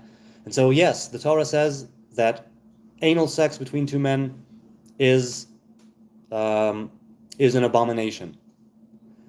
It also says so many things about helping your brother out, being a good person, and, other things that pertain to the Torah and how you treat people and how you should conduct yourself. And those are the ones that I choose to put more of a focus on, consciously. That's it. Do you speak Spanish? Asks Lucy. No habla español. I'm sorry. Good Time says, this is nothing compared to the punishment in the next world. They say one day in hell is 70 years in this life being poor. Well, with Rabbi Nachman, Halev v'hama'ayan, I'm not going to contradict you or say you're wrong, it's actually this and that. But these are words that are supposed to convey something about the way that we can repent in this world and the way that we create our own hell in this world. I don't think that it is indeed 70 years. I don't think that there are years in the spiritual realms. I think that those are all terms, everything to do with time and space, everything to do with vocalization and ideation, things I can perceive and things I can sense and things I can speak of. They already are not wholly spiritual. And after you part from the body, there's definitely something elementally spiritual about you that is then made that much greater and is able to stretch its, now I'm free from that mortal body. And yes, so all of the things pertaining to what happens after death, let's say, in the Midrash and so on, I think it has to do with heaven and hell. It's still supposed to speak to the individual who is living here and reading these things, listening to these teachings, understanding them with his mind, his or her mind. So yeah, how could there be 1,000 different things for you? You don't even know what the hell is yet. Ariel says, blessing for seeing a shooting star. Well, for creations that are kind of magnificent and wonderful. Oh, wait. I need to charge my battery. I've been on for almost 3 hours and my battery will run out soon. Hold on just a second. But wait a minute. There is no specific blessing for a shooting star. I suppose it could be, you could say Osema Aseh Bereshit, even though that's usually for lightning. Osema Aseh Bereshit I think would work for a shooting star too. Metzitza Bapeh, says Marco, and I already went through that. Okay, you know what? I am almost 3 hours in there, and my battery's dying, and it's very late, it's almost midnight, so I'm going to say thank you. Oh my God. Thank you, thank you. It's so much fun to be here with you. I'm hoping it's for the better. I'm hoping it's for the good. I'm hoping that I will be able to implement certain ideas and things that were discussed here into my life. You okay there? Okay. All right. This has been so much fun and such a lovely experience. And maybe I'll see you tomorrow, maybe Saturday night, probably Sunday, 9 p.m. from Jerusalem. Continuing Orot HaTshuvah, continuing the Q&A, God willing. I'm sorry to the people who said stuff that I haven't gotten to yet. I'm sorry to the people where the chat was twice cut off, and so I couldn't view your comments. I try and read every single comment, and as I said, I have a backlog of a couple of weeks of streams now of that I haven't finished because I logged off before the chat was finished. There's so much to get back into and read, and I don't know if I will ever catch up, because there are always more people here and engagement here, and I love it. I love that raw live stream dialogue, and I'm so very happy that you took the time out of your day and night. I don't take it for granted, and you gave me your kind attention. A like, a sub, a view, a hearty comment, an insulting comment. You're trolling. You're a regular. I don't know. Whoever you are, wherever you are, I appreciate it. And I will say, let's have a wonderful Shabbos. If I don't see you guys before Shabbos, may we have a lovely, lovely week's end. Bountiful, plentiful, blessed, blissful, wonderful, wonder-filled. May we be able to get our act together and be that much better, that much kinder, that much more positive, a little bit one day at a frickin' time, despite all the faults, despite all the frailty, despite all of the rumination, all the angst and the depression, everything. May we be able, as it says in Orot HaTshuvah, to come to a place where on the one hand we have this rest because we are on a path of righteousness, and on the other hand, in our mind's eye and in the reality, always continuously see still where we have to fulfill and where we have blemishes that we need to shine up a little bit and polish it up a little bit, clean up our act, do better, from the level of the individual to the billions of people in the earth. I hope and pray we are able to be that image of God, be that blessing in the world, be the blessing in other people's lives. I thank you. This will continue in the comments, at least for a bit. I haven't eaten in hours. I'm going to sit and eat something, and maybe I'll check out a few of the comments. So check out. I'm going to say goodbye. A minute after I say goodbye, it's going to be already public and not private. It immediately goes to private, but I will make it public. And leave a comment, say hello. Thank you for being here. This was a blast. Boop. Hey, Mom. What about it?